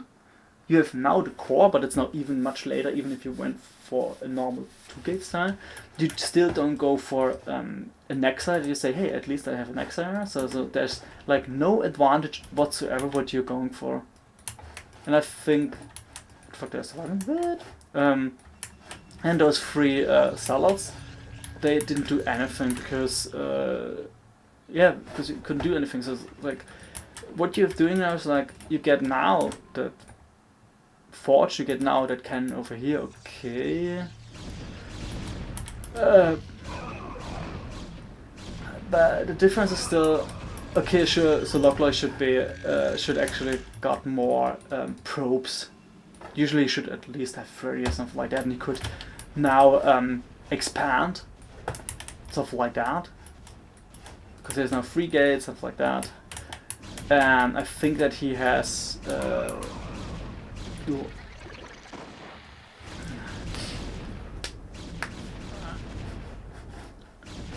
yeah, okay, if he does it correctly, he... nah, okay. If he would have done his micro a little bit better, then he should have won here. Yeah, so the thing right now is this forge, sure, like I mentioned before, I don't really like it that the game is so much about build orders and all that stuff, or a lot of build orders are really helping a lot. Because I really like it that you say, oh hey, I have an idea, maybe I try that, something like this, but you have to think about it. The basic is, you build something with these resources to get an advantage with it.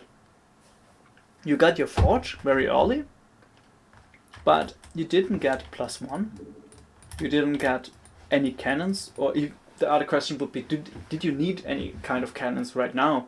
So the only thing that you did was, you delayed your core, you just got a forge, you used 150 minerals, so that you got even the salads later. So if you think about that, it's just so much about, okay, my resources weren't spent efficiently because I invested money into a building that I use even only 2 minutes later, and there was like no worth at all.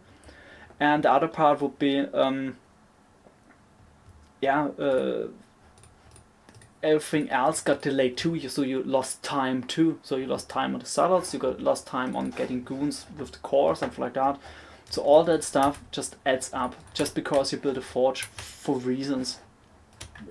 And that's why that's how you can actually prove that it wasn't worth it to get that forge. That's why it's better to maybe get 5 salads and a core or something like that. But if you say you want to go for an expansion, then maybe you could have gone for the expansion, then get forge, then get cannon or something like that.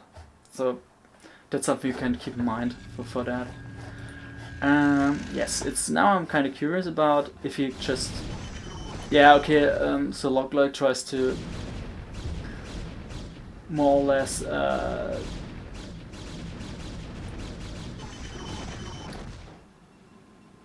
okay, the interesting part is now that shouldn't have happened. The funny part is, and that's what I'm talking about, what is so really difficult to see about this game, even in higher ranks, something like that.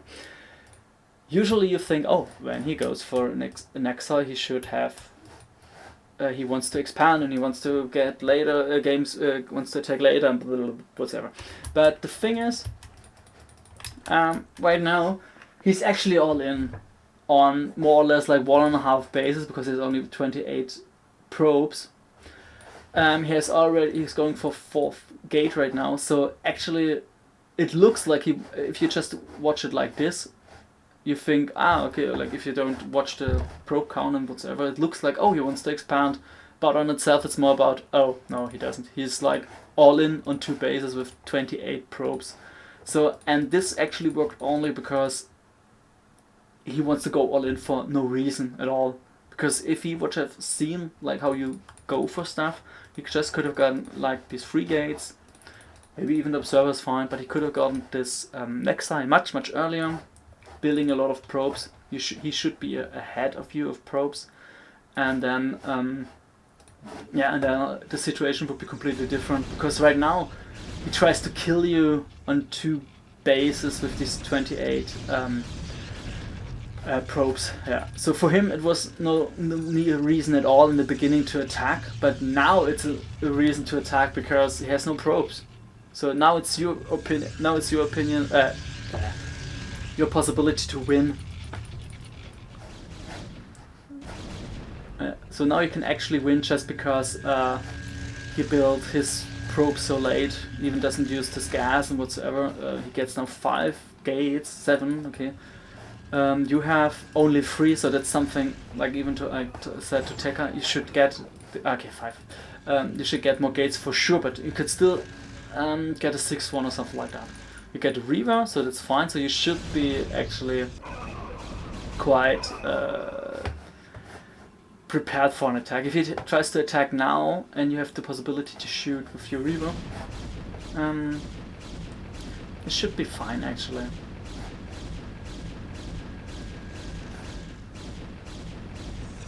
Yeah, like I said, now he invests no money for a 3rd base, and he doesn't. Okay, now he gets probes, but it's not even worth it,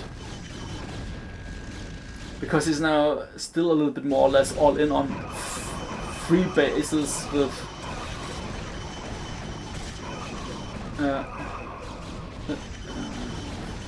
funny part is no, not anymore. But I think if he would have gone for DTs, he could have won right away. No, he went for Observer, sorry, my fault. What the fuck? I just thought you died here. Or not. Okay, now it's a question about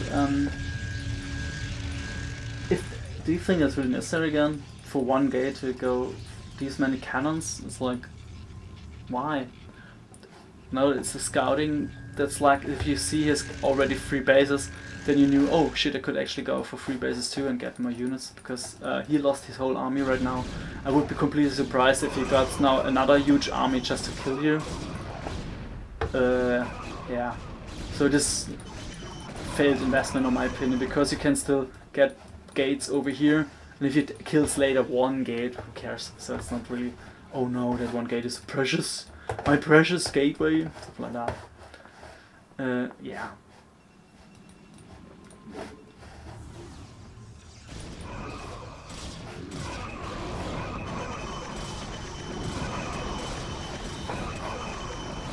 Yeah.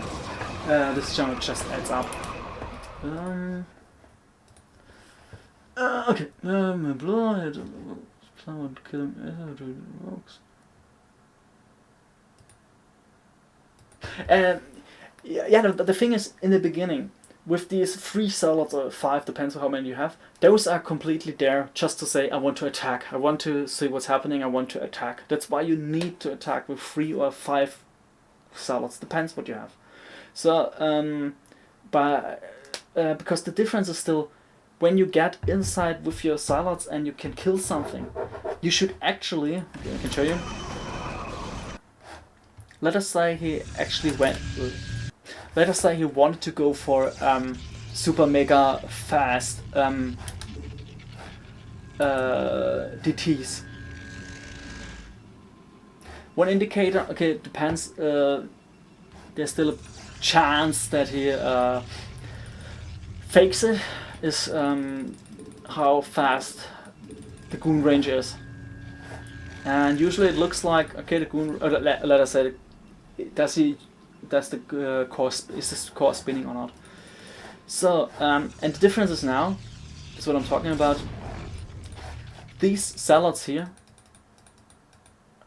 like I mentioned before, they should be here for sure earlier, like this, maybe 50, maybe even seconds, maybe even earlier, because you actually went here for this gateway path. It's like you actually even don't need the time from walking from here or walking from here, so at least you saved some time over here too. But I feel like everything just fell apart just because you didn't attack with your zealots right away, or that you didn't wait for the other 2 ones. But I feel like going with 3 ones and attacking and then get the other 2 ones and attack again, completely fine, because he can't have DTs right now. what is it now? I think the first one that you can actually get without harassment whatsoever, I think it's around 5:30 or something like that. Something like that. I don't know. So I'm not completely sure, but it's not now. Definitely not now. So it can't be. It's like no way he could go for that. Unless maybe his Citadel could be finished maybe right now. But if the Citadel is finished, it doesn't mean he can't get DTs right now. And the thing is, if you can push him back, his goons here. Okay, yeah, no, just go back. If there's only one goon and you push them back, you can go inside and then you can scout what he's doing.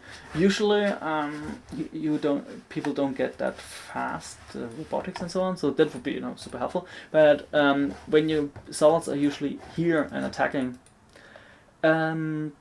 you see the amount of pylons, and if there are 2 of them, then okay, maybe a third one is missing. Depends. Or he's just supply block, could be a possibility too. And then maybe you can check, oh, is he maybe, it looks, if something looks really fishy, then you can just say, oh, maybe I scout with a probe some parts where you can actually go for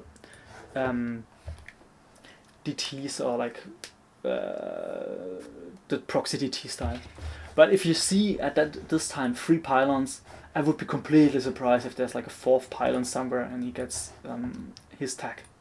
So that's why it was so crucial for you, at least with this, when you say, oh, you want to kill him or something like that, get your salads first, and then check what you need next. Because the thing is, you get now the gas, and you still can't use the gas. You can use your gas now for the goons, for the range, whatsoever. Now you can use the gas. But that's what I'm talking about. The thing is, you have the forge right now, and now the thing is you should do something with your forge if necessary. And now the difficult part is he has already so many goons. If he would have played a little bit differently, like getting a 2nd gate earlier, something like that, he would have had so many goons, and he just would have overrun you earlier like this. So I think here you're already behind, super mega behind. It's like, I'm actually kind of surprised that you could actually survive that long, because if you think about it, he has already robotics, he even gets an observatory. You have only 2 gates, you have only salads, you just get goon range, grid +1, okay. So, but you are behind probes too. So I'm just a little bit confused that he's okay. Maybe he just says he wants to play safe, so he gets 3 gates, gets the goons, and he wants to check what you're doing here because he knows that you're with 2 gates. Yeah. So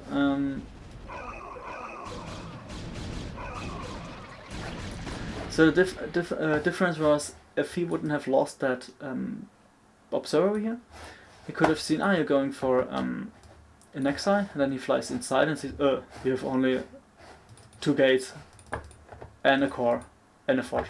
That's pretty much it.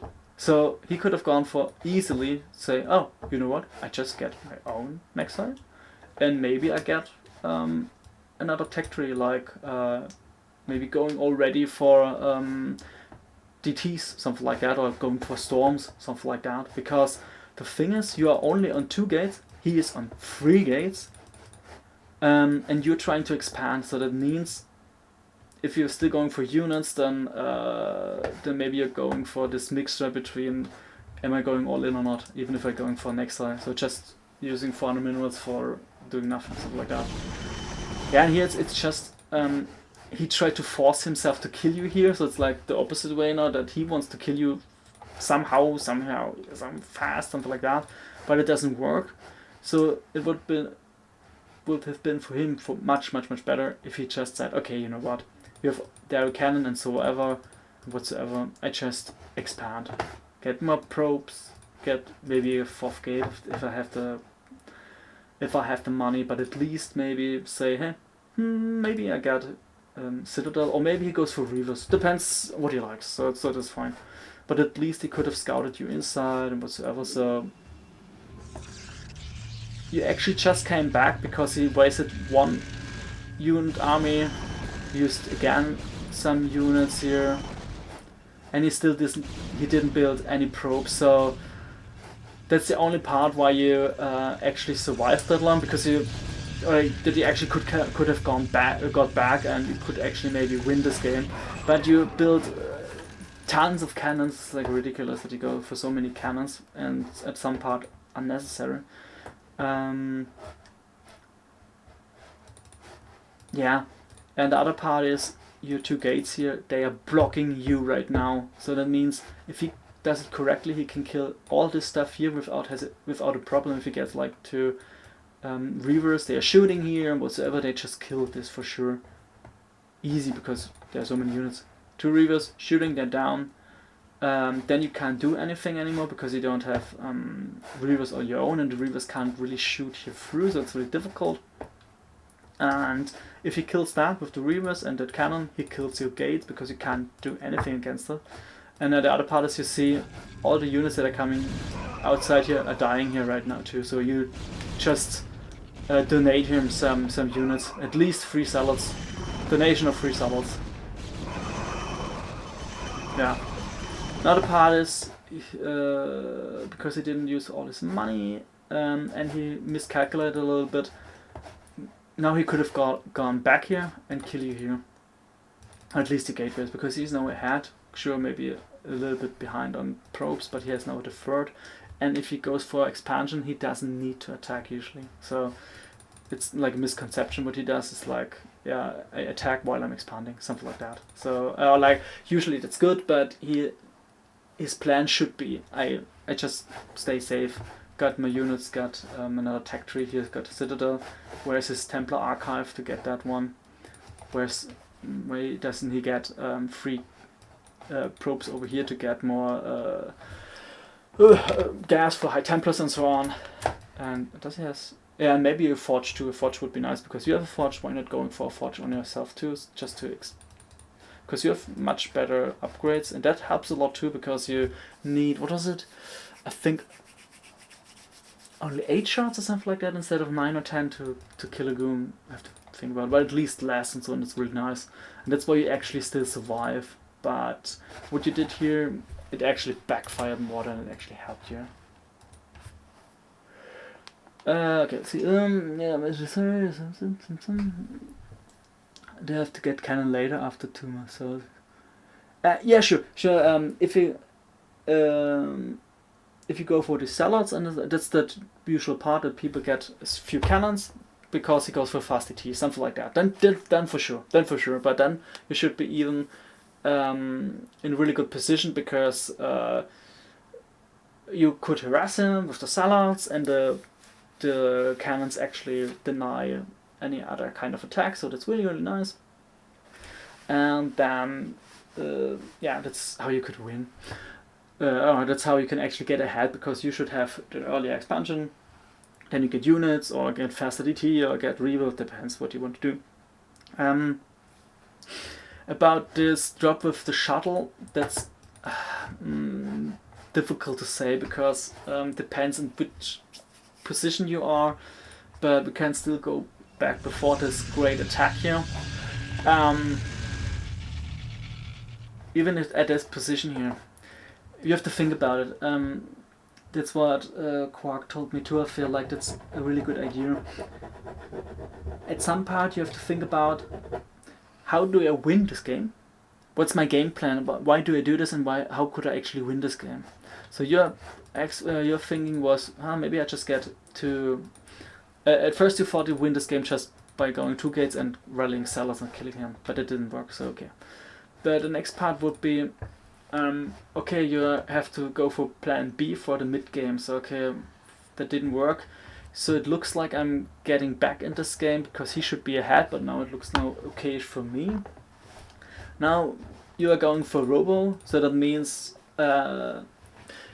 you want to get a reverse, and you want to fight him back with the reverse and try to kill, to at least get to free yourself here, something like that.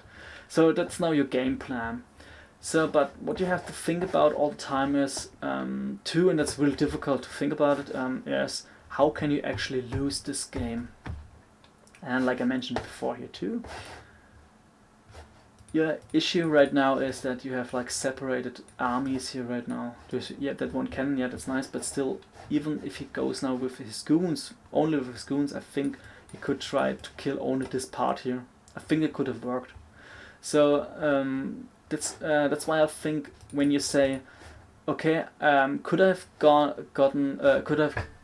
used a shuttle attack, then the thing is, nah, it's usually very good if you have that speed upgrade, but that takes such a long time. And the other part is, do you want to win with a shuttle drop?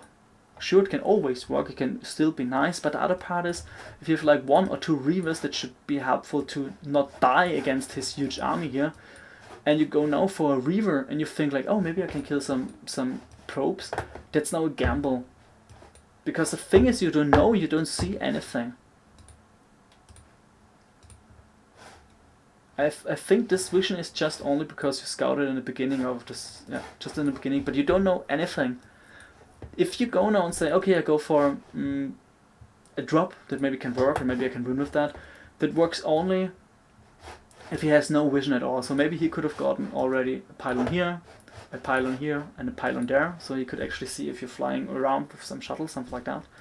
And if not, then the question is, even if there are like 1 or 2 goons here just preparing something, then it's still hard to win with that. And even if you got the possibility to fly inside here, kill maybe some probes, maybe he's trying to go over here, then it's still difficult to say, oh shit, can I actually survive? Because the difference is still, we are now at mid game and he has already 7 gates. If they're popping out nice 7 goons, it's very likely. And if you have slow shuttle, then it could even be you're flying there, try to kill something, and then you try to fly this way back. But you have to think about it. His army is here. So there is a high possibility that he just uses maybe 3-4 goons walking over here and then catches you there. So there's a high chance that this drop will just backfire. Or he just says, let's see, he tries to kill me with his reaver. So he can't have reavers here if he's over here. So I just attack him now because it's just goons against goons. And if I have, okay, he doesn't have reaver, but if it's just goons against goons, and yeah, that cannon, okay, then maybe he should win this. So there's a high possibility. So I feel like going for a drop could have only worked if you know, okay, I'm in a good position that I can actually fly very safely to this place. Because think about it, even these pylons you can see now that you're coming here. It's not like this position that you're flying here, boom, shooting and then going away. It's more about there's so much area that you can just position 1 or 2 goons and killing you. Could work, but there's still a possibility that you die because he can just smash you then there. Because until you, even if that works, just think about he lost now all the probes, and then you try to fly back, and if you macro correctly, he could go with a huge army and just kill it. So I think you should think about this position here now. I feel like you should go really to the beginning and just think about your decision about why did I get this, why didn't I get earlier on Exile, because I think all this actually led to that you didn't win, or that got so strange this game. Yeah. Like I mentioned too, I have this one what about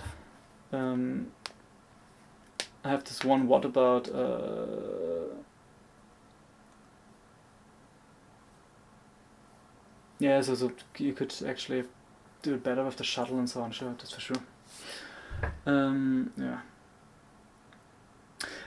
Yeah, it's very late. You're about already 3 hours, yeah. But that's the thing, like, I feel like all that stuff that I actually talk about, I try to do it more like universal, like even for the other races too. Sure, it's not completely like, but if you try to think like this, like what do I actually did my resources in, how should I actually use my units, how is my unit composition, I think this can actually help to improve. And especially for you guys who are actually in a lower rank, something like that, please watch this long what I did about this 2-gate style and about how to play this, because I feel like that a lot of basics are still missing about how to use my units, how to get my probes and all that stuff, so please try to get that and try to use that. Okay, I think that's enough for me. Next time I want to be a little bit more prepared if that works, because like I said, it was just kind of spontaneous. But yeah, if you have any questions, just write me. If you have an idea how to improve this one here, sure, like first stream and just ideas and so. But it would be nice if people could actually give me some replays and say, hey, it would be nice to cast that one, so they would really go for a cast instead of just coaching it, because for example, this game here would be sometimes kind of difficult to cast, because now it's like about, okay, yes, he is, oh wow, he is actually containing him. Can he actually get outside here? Okay, we have to wait. Observer's coming, he builds stuff. You know, it's like, there's so many positions where I feel like, okay, he's attacking and then let's see, or he's now waiting, now we have to wait. And I feel like that's a little bit difficult to know if it's like a good game to cast them. But like I mentioned before, I feel like that's what I want to try again too, to say, okay, I want to check what you can actually focus on. And like the game on grass, it's like really nice to know for later game how to play, but all this stuff what here happened, even with Ticker, I feel there are so many basics that you guys should focus on. And it's not about only, oh, I need a building probe, something like that. That for sure too, but sometimes the plan, try to focus on the plan, and that goes for everyone. Yeah, that's why I feel like maybe just go for some practice games with some of your teammates, something like that, and then maybe we can talk about this another time, how about to practice some specific scenarios or something like that. Because like here, you just see 2 bases, just 5 gates is okay-ish. That should be 6, something like that. Here it is much better. So okay, yeah, okay, here's now maybe too many, even on 33 probes. It's like really weird, but okay. Yeah, difficult to say. Okay, I think it's enough for today. Yeah, time is next time. It would be nice. Yeah, just send me these replays and all that stuff, so I can actually know what I can actually focus on. Then maybe I prepared those. Then maybe I can prepare them earlier and whatsoever, and then I can check. Or maybe you can guys say to me, hey, can you cast that one? And then I will try to do that, because that would be my first approach to do this. And yeah, and if other races wants to have some analysis of his games too, please tell me. Please write me. I think I won't go through every replay that is like in the CPL season thingy. It's more about, please help me with that if you want to have it.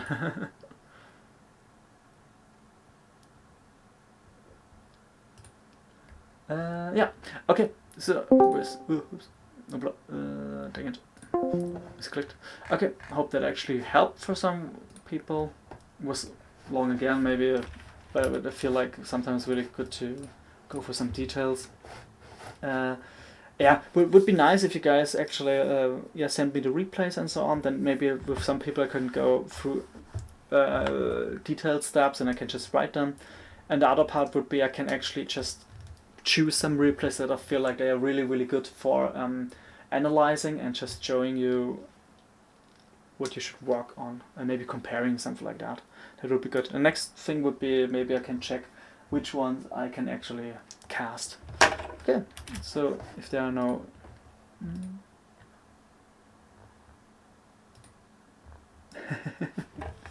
I forgot I had this on when I started letter game. Ah, lol. And then someone's talking in your ear. Yeah. Senderze, yeah. Senderze. Okay. Oh my god, Guns are shooting, fuck. Yeah, okay. Good to know. So at least there were some people actually watching. I hope it helped. Yeah, just please send me some replays that I can actually go through, or at least select and then we check. If I have time, I would still go and write you all the details that I think about it, but to cast it like this, I think I need next time a little bit more preparation and to go through some stuff. At least I know it works from the quality, that's fine. And I think I will upload those video reports too, so it'll be fine. Okay, so I hope you enjoyed it. Have fun, guys. Like I mentioned, just write me. Be fine. Okay, see you guys until next time. Bye.